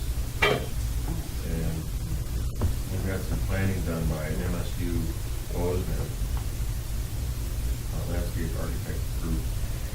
Came over a few years ago, did a plan for all of St. Regis. It was actually pretty good document that showed potential locations for pedestrian and bike trails, kind of connect things and get people off the paint drag a little bit. And part of that was, we call it MRL Park. There's a sliver of land between Old Highway 10 and the interstate just east of St. Regis, across from the doghouse for Lieu. It's a sliver of MRL land between the state rights of way. And it's a wooded area, used to be an industrial site, there's old rail in there, some old roads. It's got quite a history back in the day. It's kind of a neat little spot, and we'd like to make a kind of a mini park out of it. And just give people another place to get off the highway, stretch their legs, walk their dogs, throw a line in the river, have a picnic, other than having to go downtown into the chaos of the travel weather and all that. In the summertime, it's pretty chaotic down there. So it's a conceptual thing that has been talked about. I know that they came to the second annual hearing we had last year, and they were pursuing a grant writer, so I haven't heard anything else if that project is moved forward or not, but. I think they have tried a grant writer, don't know how well that has worked out. So it's kind of, I think, stuck. Well, we're gonna go ahead and add it to the list, Yeah. okay? Just call it MRL Park, for short. Point of clarification, when it's actually Burlington Living Cemetery. Oh, it's still Burlington. The air link is on the top of it. They- And I could add to the swims, I met with that group prior to them coming to another meeting, I think before the commissioners, was it the commissioners or the city, I guess, that decided to not put money into. It was the city. Yeah. City, right, okay, so I apologize. So yeah, their intent, their idea is to try to find some money to do some planning so that they can find some grants for reconstruction and make it a little bit more of a family-friendly pool deck, and then potential changing room/community area. So I'm gonna give you a homework assignment. Yep, yeah, Okay? and that's why I wanted to let you know I can. So whoever is track. associated with these projects as it relates to planning, Mhm. because the state planning money won't be available through Big Sky Trust Fund until July, one of the things that you want to do is meet with Emily before then. You do not want to be waiting until July. If there's some planning project opportunities, those should be getting into her queue for conversations, and we can work with her through the CRDC to make sure that once that money is released and available again, that some of the projects can be sent in. Sure, Okay? I'll contact that So- group. Contact for that is Tom McCluskey, who's the council person for the town, and the chairman of the project. Okay, so Emily's gonna add that to her list. We have less than 10 minutes to get through housing and economic development, so we're gonna kind of rush through that. I think housing is really important. There are, And by the way, you can take whatever time you want. We don't have any butting up against your hour. oh, you don't? Okay. Well, we like to be respectful of everyone's time though. So as we look at housing, the slide before this was is in your deck. And that's a contact for this community that represents housing in the area, so just keep that in mind. The funding sources that are available, we've done some expensive work in Lake County with the Montana Board of Housing. So if there's some projects that you have in mind, or you know of some developers that are working in housing, get them in touch with Emily. One of them that was listed is CDPG Housing, it's another arm of CDPG. Definitely this county meets the income criteria for these kinds of projects. The difficulty is finding the land and a developer who's willing to work at the specifications for the low income homes.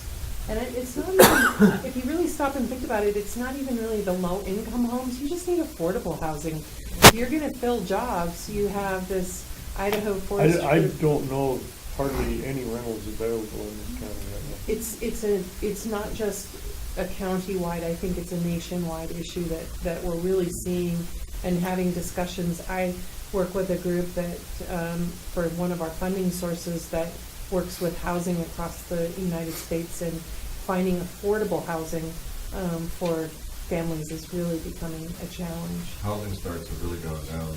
Like, for instance, statistics this week are on the down grade, but the price of the average home keeps going up. So there's definitely a void there, and some of the affordable housing in Superior, it gets snarfed up as soon as it's built. And a lot of it's people that commute east where they work. It's cheaper to live out here than in Donohue. So to take on some comments as it relates to housing, if you think about developing your CDPG opportunities where you're creating jobs, or you look at the growth and the opportunity that might exist with your recent transition in your timber company, you look at, you have seasonality to this. Are there some projects that you'd like to have on the list related to housing other than workforce? I think workforce housing has to be at the top of your list no matter what you have to provide. So could this be the school owned a cabin in the property that it sits on? Could this be, but it's really what it used to be an old house? And we worked with MSU with micro grant. They had to have it. Students come in and design a house and build it.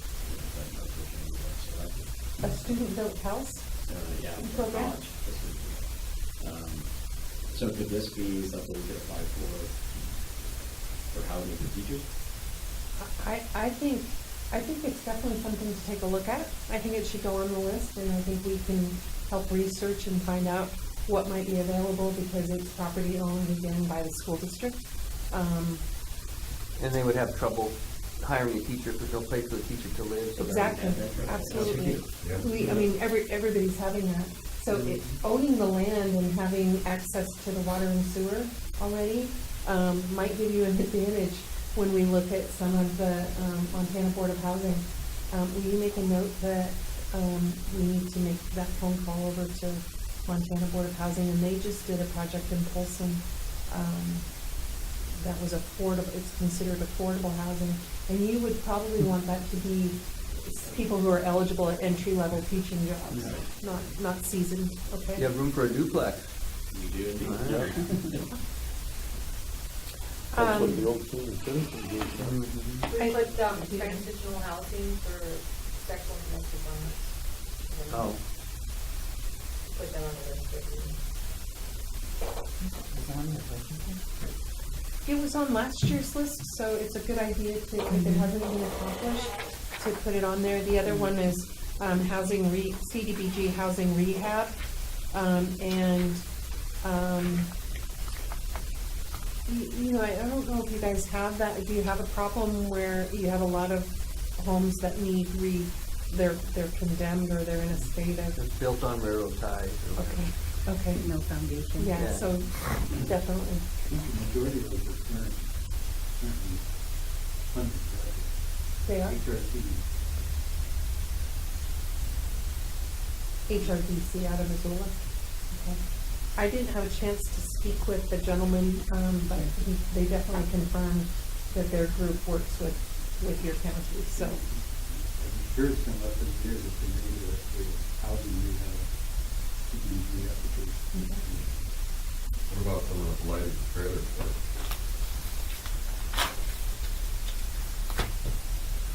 You mean improve them from not being blighted? Whatever they would take.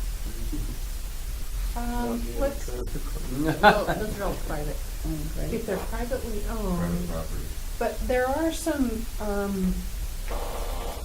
Flathead County, we'll do some research. Flathead County has done some work through a group called Community Action Partners, and they have gotten funding that has been able to extend, I believe, into Lake and over into Lincoln County. And they have done some rehab of existing homes for elderly. It's based on age. So we'll find out for you. Find out if that's a possibility and if they can extend that funding or if it can be applied for by another county.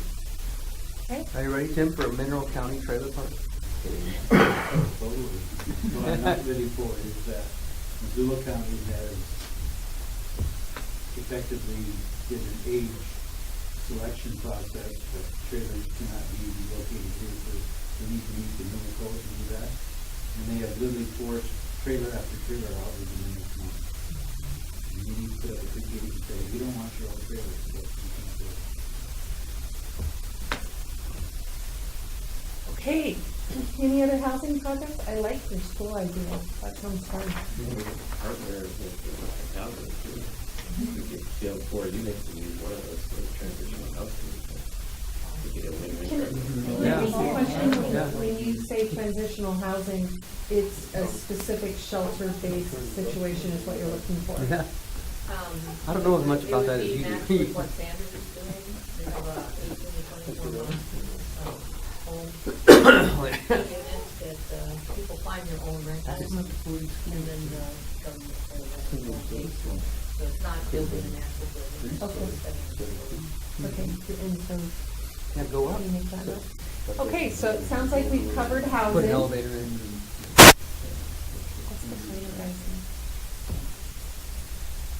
So now we're going to talk about providing economic development assistance. And this is the thing that Emily and I are best at. So there's lots of great opportunities out there. We talked in the beginning about the business assistance that can be provided through the Mineral County Extension and Economic Development offices, where small businesses in the community can come to us and ask for assistance in technical assistance, access to capital, and then follow up on their loans as well. We certainly love to say that we're good at job creation, and job retention, but I'm gonna share with you a story that in Lake County, we have written 3 job creation and workforce training grants through Big Sky Trust Fund. And in all 3 cases, we've had to apply for extensions into the 2nd year. That the ability to fill these positions is very, very difficult, even having them be at the lower end of affordable wages. So skilled labor force is a challenge sometimes. So just some things to think about as you're looking to the future. There are currently still Big Sky Trust Fund dollars available for job creation. Has to be a minimum of 10 jobs. And also the workforce training grants, which don't have to be done in conjunction. So you might make a note to look at workforce training for Superior Needs on their job creation. There might be an opportunity there. Okay. Because I'm talking about workforce training, I want to also bring up, just so you guys have it as information, if you have training needs, or if you're working in your community, let's say you're at the shop getting your car repaired, and someone says to you, gosh, I really wish I could get my guy trained on that new piece of equipment. There are training dollars available through the State Department of Labor. It's called Incumbent Worker Training, and it's not really well advertised money, but it's available at $2,500 to send someone to training. And you have to match part of it, but boy, it's a great opportunity when you look at an aging workforce, and also businesses where there's family members kind of taking on doing what dad's always done or grandpa's always done. And so it's a chance to really look at how could you take this small grant and turn it into an opportunity in your community. So just keep that in mind. So would that be applicable to say there's a current make car vehicle shop here, and the mechanic can do most everything, but now GM has a new diagnostic That's a equipment. perfect example of what you could So do. he can go to the GM school and come back able to work on the... So I don't know the exact cost of GM school, but Emily, if you want to refer him over or her over to Emily, we can do some quick research, find out if they meet all the criteria, find out what the expense is, and be able to give them the information to apply. You can individually apply for it. It just helps because we'll hold their hands, or we try to hold their hands. Okay? Laura had a question. Yeah, I have a question. Oh, I'm sorry, Because Laura. I feel like in Middle County, small business is way less than 10 employees. Is that not true? Pretty much. Yeah. And that's why I feel like we are in this like even further gap, because it's really That's hard called a to- micro enterprise. A micro enterprise. So are there micro enterprise? Pardon? Just because, I mean, I feel like that would be almost even more beneficial for our county. So when we talk about business assistance, Yeah. those grants are usually done through our micro enterprise. And when we say business assistance, if someone came in and said, I need assistance, my books are a mess and I'm really struggling to keep up, okay? That's a good example. And so we would sit down, Emily would have a conversation with them, talk about what their real needs were, and we don't always have the funding available, I want to make that clear. It's not like this big open pot, but we try really hard to keep it as filled as we can, so that anybody with 10 employees or less could come in and have a conversation and be referred out. Now, if they're in Mineral County, we try really hard to find a bookkeeper or someone in this community, so we keep the money in Mineral County being paid out by the USDA's funds to pay to teach those people to do the tasks that they need to learn to be better at their 10 business or 10 people per business. Okay, does that help?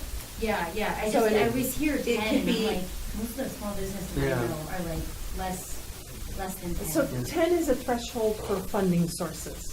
If you're over 10, it's more difficult because they assume you're doing better. Oh. Not always the right assumption, but it is a threshold. We barely have 10 working in the courthouse here. I'm just joking. So the other thing, go ahead, I'm sorry. On the training, Where's Stacy here? so with the new junior high that they're building, they're replacing their shop spaces. Yeah, we so could go they're count. going I might be to right. shops. And they're planning on putting in adult education for further training. Is that something that if The school adult education programs may not qualify, but we Okay. can certainly ask the question. And I can get Superintendent King just to, because it's just something they're trying to grow there again. That young- You know, it's really more, it would pay for, so an example is more like a certification, as we were Right. talking about in the automotive industry, or someone who's gonna operate a special Yeah. tool.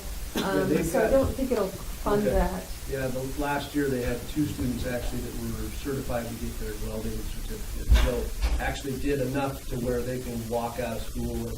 But so it's- the incumbent worker training is specific to an employer Okay. building capacity within his or her organization. Perfect. Okay? Got it, yeah. They can find a grant for that. But Continuing for the continuing education, one of the things we might want to look at would be whether or not, I don't think rural business development, it might be because it's in Mineral County, but rural business development might have something to add capacity to a training program, and we'll look Great. into that. Appreciate Okay, the other thing is adding the gap financing. You know, there's oftentimes a small business person who's, maybe somebody who's retired from the, we'll say the mill, and he has this great skill and he wants to open a business, or she wants to open a business, and they have $10,000 to invest, but it's gonna cost them 18, and they don't really wanna put their house up as collateral, so they come in and they meet with Emily with their business plan, and they figure out how to get some gap financing to build that initial, maybe it's a new hair salon, maybe it's a wood shop, maybe it's a shoe repair shop. I don't know what you might need here, but those are some opportunities to look at as well. And you know, One thing I did learn was that you have to be rejected from the bank first, right? there's a document that's required, in Yeah. the loan process. So you have to, yeah. It's pretty easy. Okay. It's pretty easy to get. Okay. So one of the things that people can, that I think all of you sometimes forget in your roles is that you go out and you use people's services every day, and you see sometimes they're being challenged. Tell them to come talk to Emily, because they oftentimes, as you just said, don't always see it in the newspaper, don't know exactly that your economic development agency is here to help you. So be the catalyst to feed those people who need help into those community opportunities, okay? All right, so some funding opportunities. We talked a little bit about Big Sky Trust Fund. The CDPG has been the focus point. There are some tourism grants, and Emily can work with, we've got tourism grant and activities happening all over western Montana right now, and there are some good opportunities out there. So if you've got a business that's interested in impacts from tourism, get them in touch with Emily on that. The state wood products, we've used that in the past over here, I think quite some time ago before you came. So it might be worth looking at if there's, depending on how the government frees up the ability to bring timber and do additional projects, there may be some opportunities for wood products loans and loans for equipment for people post-fire seasons to be able to do some work in the woods. So we'll just want to keep an eye on that in your community. And I mentioned the workforce training already. I've kind of slowed the talking here, sorry. So I'm going to just briefly touch Emily's project with Superior Meats this time. Doesn't include the infrastructure development and the three-phase power project, so it falls very specifically into an economic development project rather than a community development. Okay? Lots of good information there. We've talked a lot about CDPG, so does anybody have a question? Please tell us. Big Sky Trust Fund, I've said we've talked a little bit about this. This planning grant is wonderful money. We're just waiting patiently for them to open it back up again, because there's great opportunities. And as you think about the projects we've talked about, some of these will qualify, and Emily will be able to get in touch with people for that planning. Big Sky Trust Fund, this is just a description of the grant and what's available and how you can use the money. So until you can use the money, we probably don't need to go into that. More on the planning, job creation there. I love it when the slideshow starts doing its own thing for you. one of the things on job creation in Big Sky Trust Fund is, as you think about the small businesses that go from the Montana border to the edge of your county border, is to really think about who's growing and developing. And one of the things when I was driving through on Sunday when I came through here, was I was thinking about, I noticed there's some significant growth at Quinn's. And we might want to look at how They're the many. second biggest employer in Sanders County. So we might want to look at that as a potential for some job or some workforce training. There might be an opportunity for them that they might not be even aware that exists. So just something to. So as you guys are driving around, looking at businesses and things that are happening, if you think there's an opportunity for them to have some growth or some training, use it as a conversation to get them in here. I know that Jen's doing that. There's the hospitality workshop there. The 406 hospitality is coming up there. That's great. We talked about incumbent worker. It does have to be under 20, but there's so many employers here who have less than that. That's not a. I thought it was 2,500. This says 2,000 per employee. So I think you do have, and you do have to match. The money goes quick. I think that it is 25. I think when it's I went to that to 25. When I went to that workshop last weekend, they said 25. More stuff on tourism. So one of the things that you guys have you're a great tourist stop along the way. Lots of people stop here, and believe it or not everyone does stop in St. Regis. Dwayne, Because you hear that? I have sat We on let the one freeway through? and watched the cars go by, okay? What did you say, Dwayne? You said we let one through?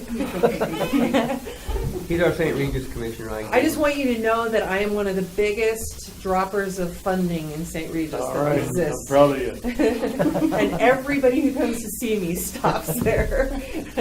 We have our own policeman that we put out on the cutoff, and if they don't stop, we have a talk with them. Oh, No, that's just great. kidding. That is great. But I do think it's great because as I was driving through last night and coming in, Superior is very well lit and it's becoming much more obvious than it used to be, which is really good. And I know you've got some great outfitting and other opportunities that exist here. And so all the way coming from the Montana border, I drive this road all the time. There's some really good visibility that's coming about. So you can see there's been some dollars put into tourism and attraction of getting people to stop here, which is good for you guys. So Is that infrastructure related? tourism? No. These, your Main Street? We're working on Main Street. That's a great, I don't think we have the Main Street program in here, but there is some Main Street funding available. So just some things to keep in mind. Wood products, again, we're just gonna skim through these because, now the Arts Council, I think a couple of years ago, and actually it's been about 5 years ago, I was here and there were some activities going on around arts and culture. So if that's still in existence and there's an opportunity, make sure they get in touch with Emily. We run a food processing center in Ronan, where some of the clients from here. Well, like Superior Meat.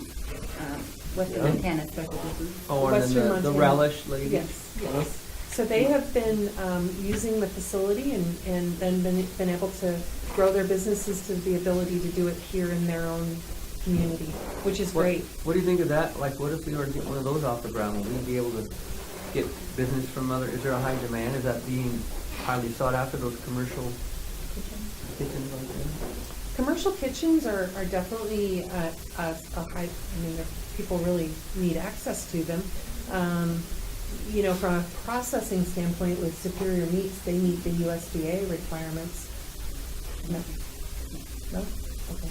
State requirements, sorry. The facility we have has USDA processing capacity, that's what the difference is. Oh. And so there are some pretty big, we can put it on your list. I don't know, I just thought there's grants and there's things that actually, maybe be new industry or new business to the area from these grants. What about the brewery that uses all of Montana products? Can I ask where your brewery is? It's just in his home, isn't it? Unknown, it's a very hidden, well-reserved place. So it's not open to the public at this time, okay. He just manufactures products. But, I mean, He markets it all over. Yeah. No, he markets in Superior. No, it's all over St. Regis too.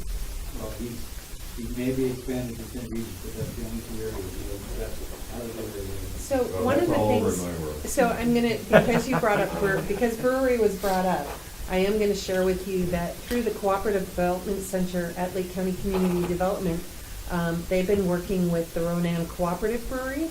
It has over 260 local members, and they're in the process of funding, using an application through the Grow Through Ag, as well as the funding that's provided by the membership. So certainly something, if this gentleman has an interest in working with the community, there might be an opportunity for that discussion as well. Okay? Matt, and believe it or not, breweries are the hot tourism thing. They have a passport now that people are going all around the state of Montana and visiting breweries. So we've kind of outlined what Emily and what our best skills are. We work with all these other agencies across the state and the federal government. What are some projects that you might like to have on your list for economic development? Do you want me to read what they were last year? sure. There was some concern about the local banks, and one of the things that we did in Ronan was we hosted a banker's breakfast, and we might be able to work with the commissioners and Emily and do the same thing here, that anyone who provides funding in this community, if they knew more about the gap financing that's available through your revolving loan fund combined with the capacity of ours, they might be able to do more small or at the level of micro enterprise lending. So we might consider that if we could get one or two of you to come to breakfast some morning with the bankers. That has potential businesses. It is, starting new businesses is, from the ground up, is a difficult process. So anything we can do to encourage and help them, we certainly will do. The tax situation, I can't help you there. You can't? Well, why are you here? That's kind of out of Emily and I's hands, sorry. We thought you were bringing us a chunk of federal grant that you were gonna give to Mineral County. I thought you knew Mr. Trump. Yeah. Sorry, we're not able to help in that area. The next is job care, or I'm sorry, jobs and child care. And so I think housing, child care, and jobs all kind of go hand in hand. And we've identified those throughout this as being a project. I think child care has been a constraint when you have jobs that require multiple shifts. One of the things that we're going to be hosting a forum to have a discussion about childcare and housing, and if there's opportunities, and we'll share whatever comes out of that with Emily, so that we have regional meetings with our teams so we can share the information and keep you guys apprised. And we'll make sure she sends you a note or an email. So I think this pretty much wraps up our presentation. Thanks for letting us go over a little bit. Yeah. Does anybody have any questions? I do. I read in the paper the other day, or actually I guess I seen it online. Weatherby Firearms Company, who has been lifelong residents of the state of California, is currently relocating to Sheridan, Wyoming. I don't know how long they've been in California, but they've been a Weatherby rifle around since I've been alive. How is Montana, how can we ever draw businesses like that? So, They said the reason they moved to Sheridan, Wyoming was Wyoming offered them the most tax benefits of any state out of 21 states that they interviewed with.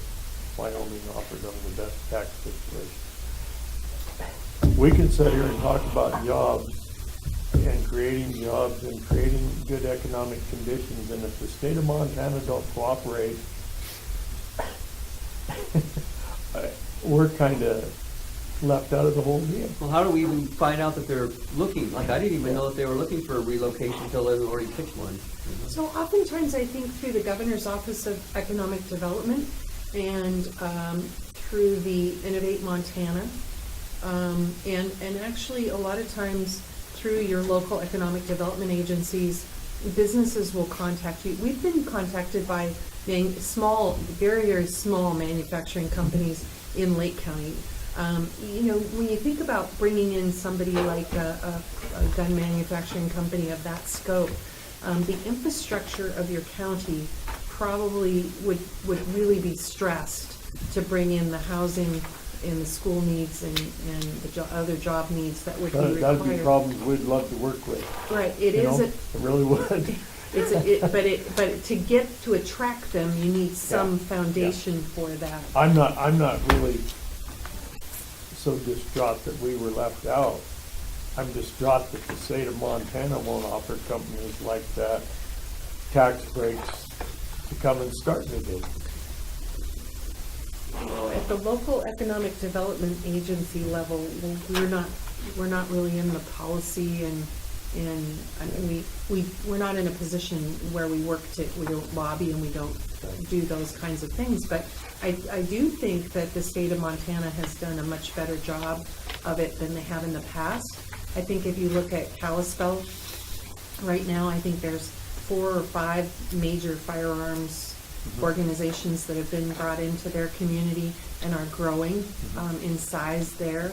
I know in Lake County we have a bullet company and a company that makes the stocks that are both growing companies. So attracting them at the early stages and then being able to help them grow through and develop through the size of your community. And, you know, how do you find them? How do you get those relationships?